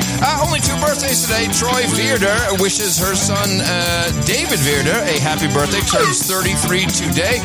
And Nathan Bozek turns 42 today as well. Happy birthday from everybody here at the best podcast in the universe. No titles, but we do have 3 knightings to take care of. There is the what do you call it? The trident, blade. The trident blade. Ooh. I have the regular blade. Yeah, that's a nice one. Anonymous, come on over here. Monty and Peter Regichnig, we think. Thank you all very much for supporting the No Agenda podcast. The amount of $1,000 or more, including those Instanites. And, of course, we had a show number donation. It's been a great day. We really appreciate that. I'm proud to pronounce-ticate thee as Sir Pentonite, Sir Monty the Unbanked, and Sir of the Higher Montañas. For you, we've got Hookers and Blow, Rent Boys, and Chardonnay. By request, we have elk meat, ramen, eggs, and optimism. And, of course, we have Gases and Sake, Rubenesque, Women and Rosé, Bong Hits and Bourbon, Sparkling Cider and Escorts, Ginger Ale and Gerbils, Breast Milk and Pablo Man. Oh, yeah. Mutton and Mead, always on deck for you. Thank you all so much for becoming Knights of the No Agenda Roundtable. Go to noagendarings.com. Anybody can go there and take a look. You'll see these very handsome knight and dame rings. You can get one of those if you become a Knight in the No Agenda Roundtable. You three gentlemen, now known as sirs, please give us an address to send it to, along with your ring size. There's a handy sizing guide on that website. And thank you again for supporting No Agenda 1574. No Agenda Meetups. Yes, a pate indeed. We've got a couple of meetup reports. Here's one from Mount Laurel, New Jersey. Down in Mount Laurel on my second meetup, having a blast down here in the morning. Adam, when the f*** are you coming back to Jersey? Come on back here. Miso honey in the house. That's going to get edited out. Hey, Crackpot and Buzzkill. Danny Booch here. A hooey hooey. Look out, John. I got a set of pipes here. Sir Ladyboy coming in with a... Yay! This is Jane Wynn of the Lakes. Have another mojito, please. Thank you. In the morning, and happy second birthday to my human resource, Leilani. In the morning, Martin McIntyre here. That's all you got? I don't work well under pressure. All right. Yeah, there you go. There's my Jersey boys and girls. Love me some Jersey boys and girls meetup. By the way, noagendameetups.com is where you can find out about all these meetups. It's a really important part of your No Agenda diet, not just the show, which is pretty much a Netflix season every single week, but get to know your fellow slaves of Gitmo Nation. We go to Cape Coral. In the morning, John and Adam. This is a dude named Dave at the so-called Cape Coral meetup. Here comes the report. In the morning, John and Adam. Sir Dan the Man, Baron of Cape Coral, Sanibel, and Captiva. Have a great day. In the morning, Nikki from Cape Coral. I like John more than Adam. What? In the morning, this is Dame Rachel of the Dome from Punta Gorda, Florida. That's true. In the morning, Lucas Powell's a douchebag. In the morning, Dame Zill in a dress, and birds aren't real. India Tango Mike. This is circumcised guardian of the Fat Point. That's a money shot. In the morning, Sadie Hopper of Fresno, California. I like John more than Adam. In the morning, I'm Chris Benito from Fresno, California. I like John more than Adam. In the morning! Well, hold on a second. What is that this? was fishy. What is going on here? I appreciate the women folk, yeah, to say the least, but that was a scam. I forgive them, for they know not what they do. It's okay. They had to get together. Let's do something, because Adam does this section. Yes. John's usually taking a leak during this section of the show. You came back, your fly still unzipped yours. You were, look, you're talking about me. It's like, what can we do to antagonize Adam? Because he's hilarious when he's mad. Here's the problem. I have, in my 58th year, I'll be 59, by the way, in September. It'll be time to celebrate. I have given up the right to be offended. Just so you know, I have. Today, there's a meetup in the North Idaho Sanity Brigade. Kicks off at 5 o'clock in Selkirk Abbey, post Idaho Falls. The South Mississippi Testing the Turnout meetup. That's number 2. That is in Keg and Barrel, Hattiesburg, Mississippi. Charlotte's Thirsty Third Thursday monthly meetup, 7 o'clock at Ed's Tavern, Charlotte, North Carolina. Within a few weeks, I'll have my new teeth, by the way. So they'll be the permanent new ones. They're made of zirconium. And I won't be slissing over the Thirsty Third Thursday monthly meetup. On Friday, What do you mean they're made of zirconium? Yes, they are. They're made of zirconium. They're not gonna look what? They're gonna be shiny metallic? No, they're going like Jaws, that guy was in a Bond movie. I can actually, yesterday I went to Maverick and they did the torque wrench test. So I don't even want to know what that is. Yeah, it's like an IKEA tool, like a torque wrench. So they put an IKEA tool into each individual implant. A hex wrench. Thank you, a hex wrench, yes. But it's a torque wrench because there's a meter on it, and they try to make sure that the implants are... Okay, I've heard enough. That they don't twist in the bone. I passed. So now I get to go to Hollywood, and he's going to do the real teeth. And then, yes, they're made of zirconium. I can open cans. I can open a can. I can strip wire. Also kill someone. Easily. It sounds like the beginning of a good movie. So we did Charlotte. We got Newbor, their meetup. That was Denmark. Newbor, Denmark. Oh, I'd love to go to that one. Jimbo's Cafe Bar. That's tomorrow, so you can still go there. Oh, Denmark would be cool. They're the happiest people on earth. because they're all on SSRIs. It's a fun. I like that place. Yeah, I know people there. I'd love to go there. The Friday Maastricht Treaty meetup, 8 o'clock in John Mullen's Irish Pub and Restaurant in Maastricht, the Netherlands. Evert Bopp is hosting it, as we heard earlier. Connections and Coffee, 10:30 a.m. on Saturday in Shine. That's Tyler, Texas. We have the Alexandra Spook Lunch Break Meetup Meet and Greet. Noon at the Green Turtle Bar and Grill in Alexandria, Virginia. Oh, you want to go to that, spooks. Looking for a meetup report. The OKC Ooey Hooey July meetup, 1 o'clock in Chicken Pick, Oklahoma City, Oklahoma. That's on Saturday. Also on Saturday, the No Agenda 3 Mile Island Evac Zone meetup in Evergreen Brewing, Camp Hill, Pennsylvania. The Cocaine Crusader, Central City Tavern, Sugar Hill, Georgia. Spot the Spook Huntsville, Alabama edition, West End Grill, Huntsville, Alabama. This is all Saturday. The 4th Northwest Houston meetup, 6:30 at Cidercade, Houston, Texas. And on Sunday, our next show day, the Indie NA Tribal Vacation Recovery meetup, 3 o'clock at Blind Owl Brewery, Indianapolis, Indiana. And finally, the Too Hot to Be Outside, Rotolo's Pizzeria, Longview, Texas. Dirty Jersey Whore is your host on July 23rd, this coming Sunday. Those are just a few of the No Agenda meetups. You can find them all at noagendameetups.com. You need to go to a meetup. It's part of the whole idea. You got the show, you got the meetups, you got the art, you got No Agenda Social, you got the hot new podcast apps. Now you need to go to a meetup because connection is protection. NoAgendaMeetups.com. If you can't find one near you, start one yourself. Sometimes you want to go hang out with all the nights and days. You want to be where you won't be triggered or held to blame. You want to be where everybody feels the same. It's like a party, like a party.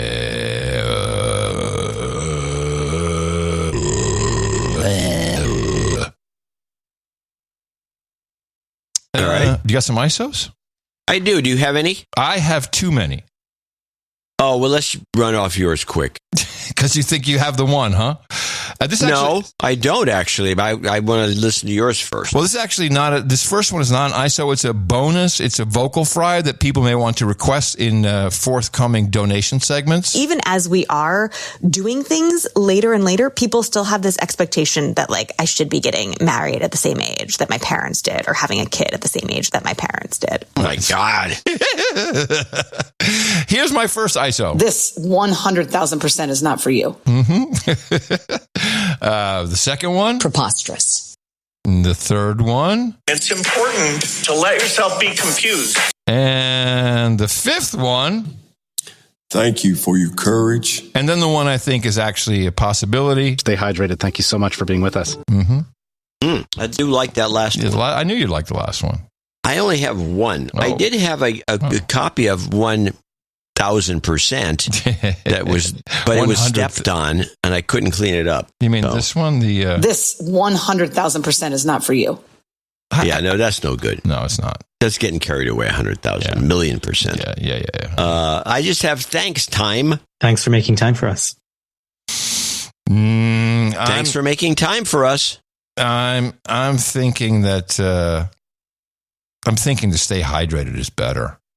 I mean, you want to hear it again? Just to make sure. Stay hydrated. Thank you so much for being with us. Come on. That's an end of show if I ever heard one. Well, because of the weather, and I have weather clips, I'll go along with it. I have weather clips too. Do you know? Well, I have. We're under a heat dome. Yes, but let's go worldwide. Let's start with Iran. Oh goodness, I had no idea. Iran. What is the title of this clip? Iran. No, I don't see Iran. Really? Oh, yes, I-R-A-N? Okay, I see it. In Iran, a combination of heat and humidity this week pushed the heat index at the Persian Gulf International Airport to 152 degrees Fahrenheit with a dew point over 90%. That's close to the limit of what the human body can survive. Can I ask you what's wrong with that report? Well, first of all, the heat index is bullcrap. Does she know? Why is she reporting the dew point being 90%? There's no such thing as The dew point is a temperature. Is a temperature. Oh, that's a good point. Yeah, I should know that because that's an aviation thing. I didn't catch that. She says the dew point is 90%. There's no such thing. No, the dew point. So she's misreporting. Yes, she's fake news. Well, let's go back to the EU now, and then it'll segue right into your clips. EU and U.S. heat report. Europe is still sweltering. On Tuesday, Rome reached 107 degrees Fahrenheit, or nearly 42 degrees Celsius, while other Italian cities also shattered all-time temperature records. Some hospitals reported their highest number of daily admissions since the worst days of the COVID-19 pandemic. In Greece, the European Union sending water bombers and hundreds of firefighters and soldiers to battle wildfires that erupted around Athens. By the way, Joe's in Greece right now, Joe Rogan, and I texted with him. I said, "Are you alive?" He's like, "Yeah, I'm touring the ruins. What's the problem?" I said, "You're supposed to be dead right now." More wildfires are burning in Spain, Turkey, and Switzerland. Here in the United States, more than 58 million people are enduring triple-digit temperatures this week, with forecasters warning a massive heat dome will remain fixed in southwestern and southern states. In Louisiana, the ACLU filed an emergency plea with a federal court this week, asking for the transfer of children incarcerated at the notorious Angola prison. Advocates say the child prisoners, who are mostly black, were locked in windowless cells without air conditioning around the clock in the prison's former death row, as the heat index inside Angola topped 130 degrees Fahrenheit. This heat index is bull crap. It's just a thing to get more numbers out of it. They're driving us. Well, let's hold on. You're right in the middle of it. I'm not. I've got a fog bank here. It's nice and it's like 67. But you're right in the middle of all this. Just what she reported on, you're smack dab in the middle of it. This isn't bull crap. Yeah, let's take it's 99 degrees. Okay. Boo. Oh, boy. It's not unusual in Texas. No, it's in July. No, it's not unusual. But in July in Texas, you got a cold snap. They're driving us towards the next lockdown, the next crisis, the climate crisis. I mean, I can prove it because they're bringing in they've got to do all kinds of things to make climate seem, or temperature seem like climate problems, climate change, climate crisis. Can I put one more clip in then? Yes. Because there's a kicker on this clip. Okay. This is the China heat wave. In China, a series of unrelenting heat waves has created a soaring demand for electricity, leading to unprecedented amounts of coal consumption at China's more than 1,000 coal-fired power plants. This comes after the Chinese government approved a record-breaking 86 gigawatts of new coal-fired power capacity last year. You actually made a mistake. You made a big mistake here. Okay. Because this was obviously Red 33, clip blitz, clip blitz. Should have called a clip blitz, baby. I could have, but I don't have too many more. Yeah, but I have them. Let me go. Oh, well, the reason I wanted to play the China clip is because Kerry was just over there. Who? And China didn't do crap. John Kerry, yeah. And China said, we're going to do what we're going to do. They added, she mentions, because I kept hearing all week, China's going to cut back on their coal plants. They're adding 86 kilowatts of more coal plants to the 1,000. She mentioned it in the report. She did it without flapping, without going nuts about it. Yeah. They already have 1,000 coal-fired plants. They're going to add 86 gigawatts more of coal-fired plants. Does anybody notice this? No. They're using our coal, by the way. The coal that we mine in this country, which could have keep us going with electricity for an estimated 350 years, is going to China? Oh, I'm so outraged. Yes, it's going to China. There's gambling going on there. Come on. Clip blitz. Let's do a clip blitz. This is a real clip blitz. You got to move this climate stuff towards an outcome, baby. We need something. I was struck that you write that the human body, your insides melt and disintegrate, which is, focuses the mind. We cover hurricanes for days, tornadoes, those kinds of weather events.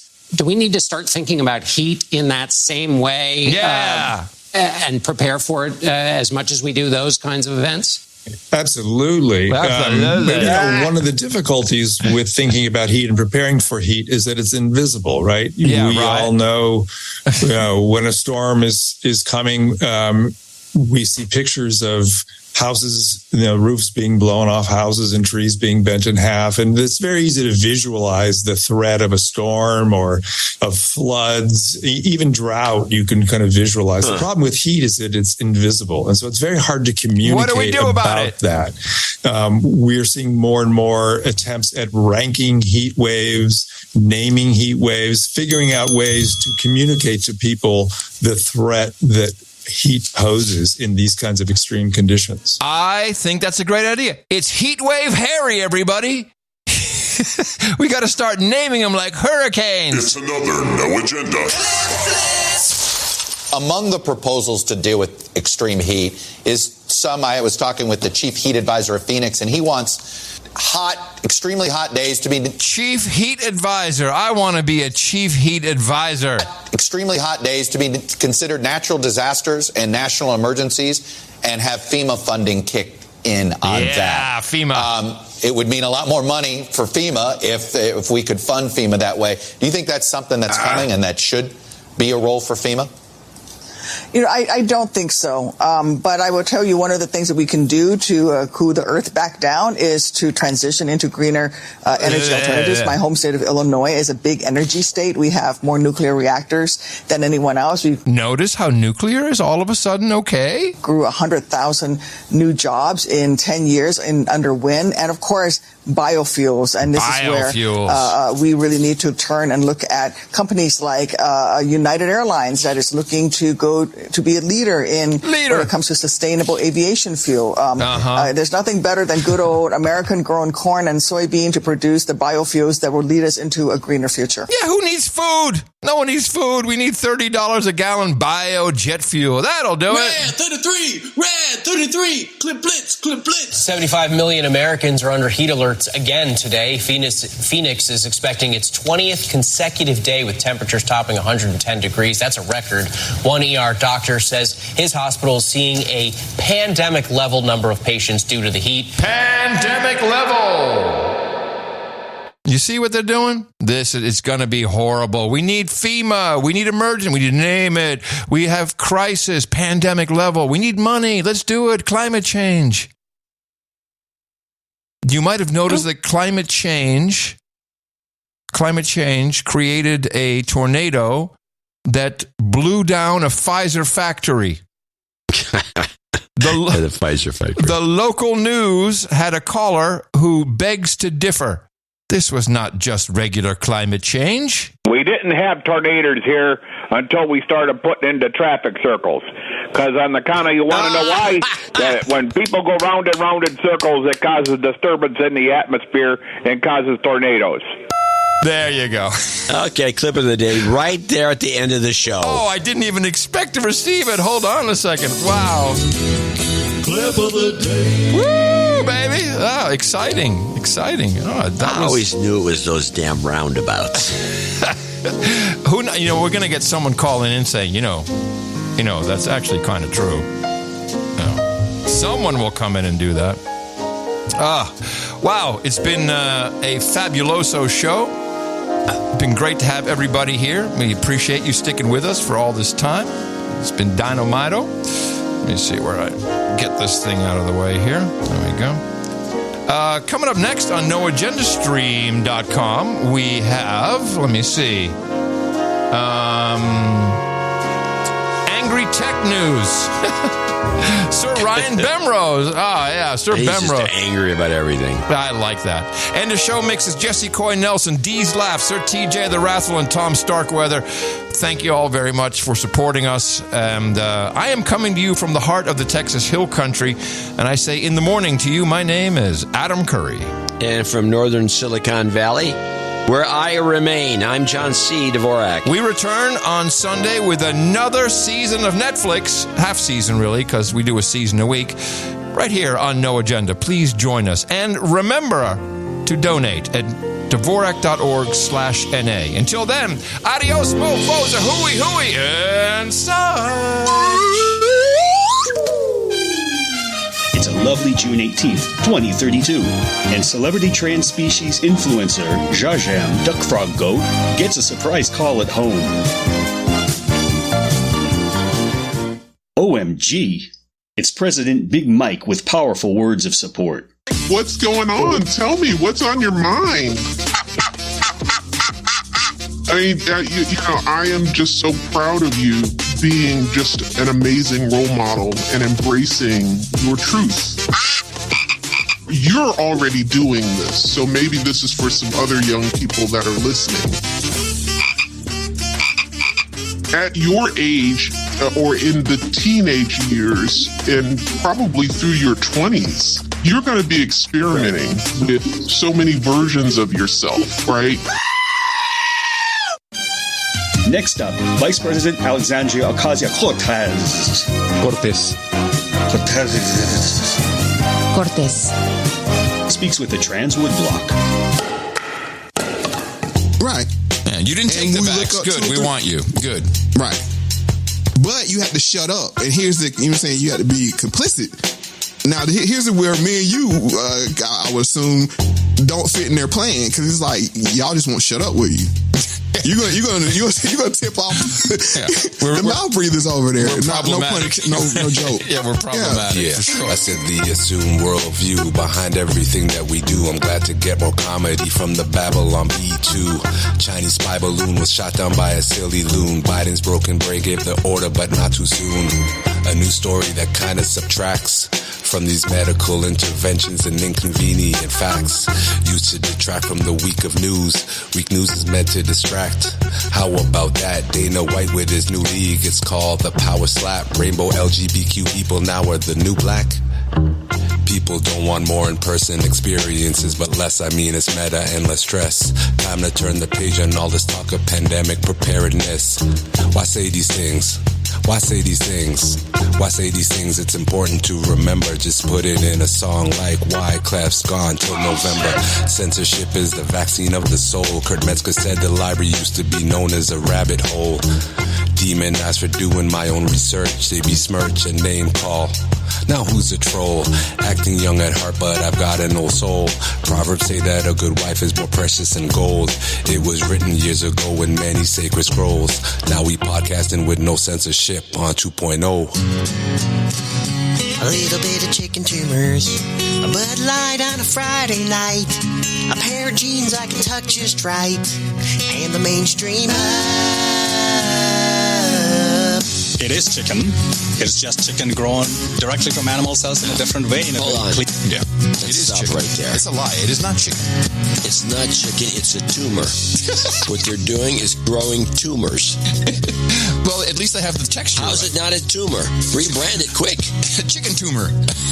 Tumors. Tumor. Just plain old tumors. Tumors in what tonight? We have tumors. Tumors and wine and butter. Buttery wine sauce. It is chicken. A little bit of chicken tumors, a Bud Light on a Friday night, a pair of jeans I can tuck just right, and the mainstream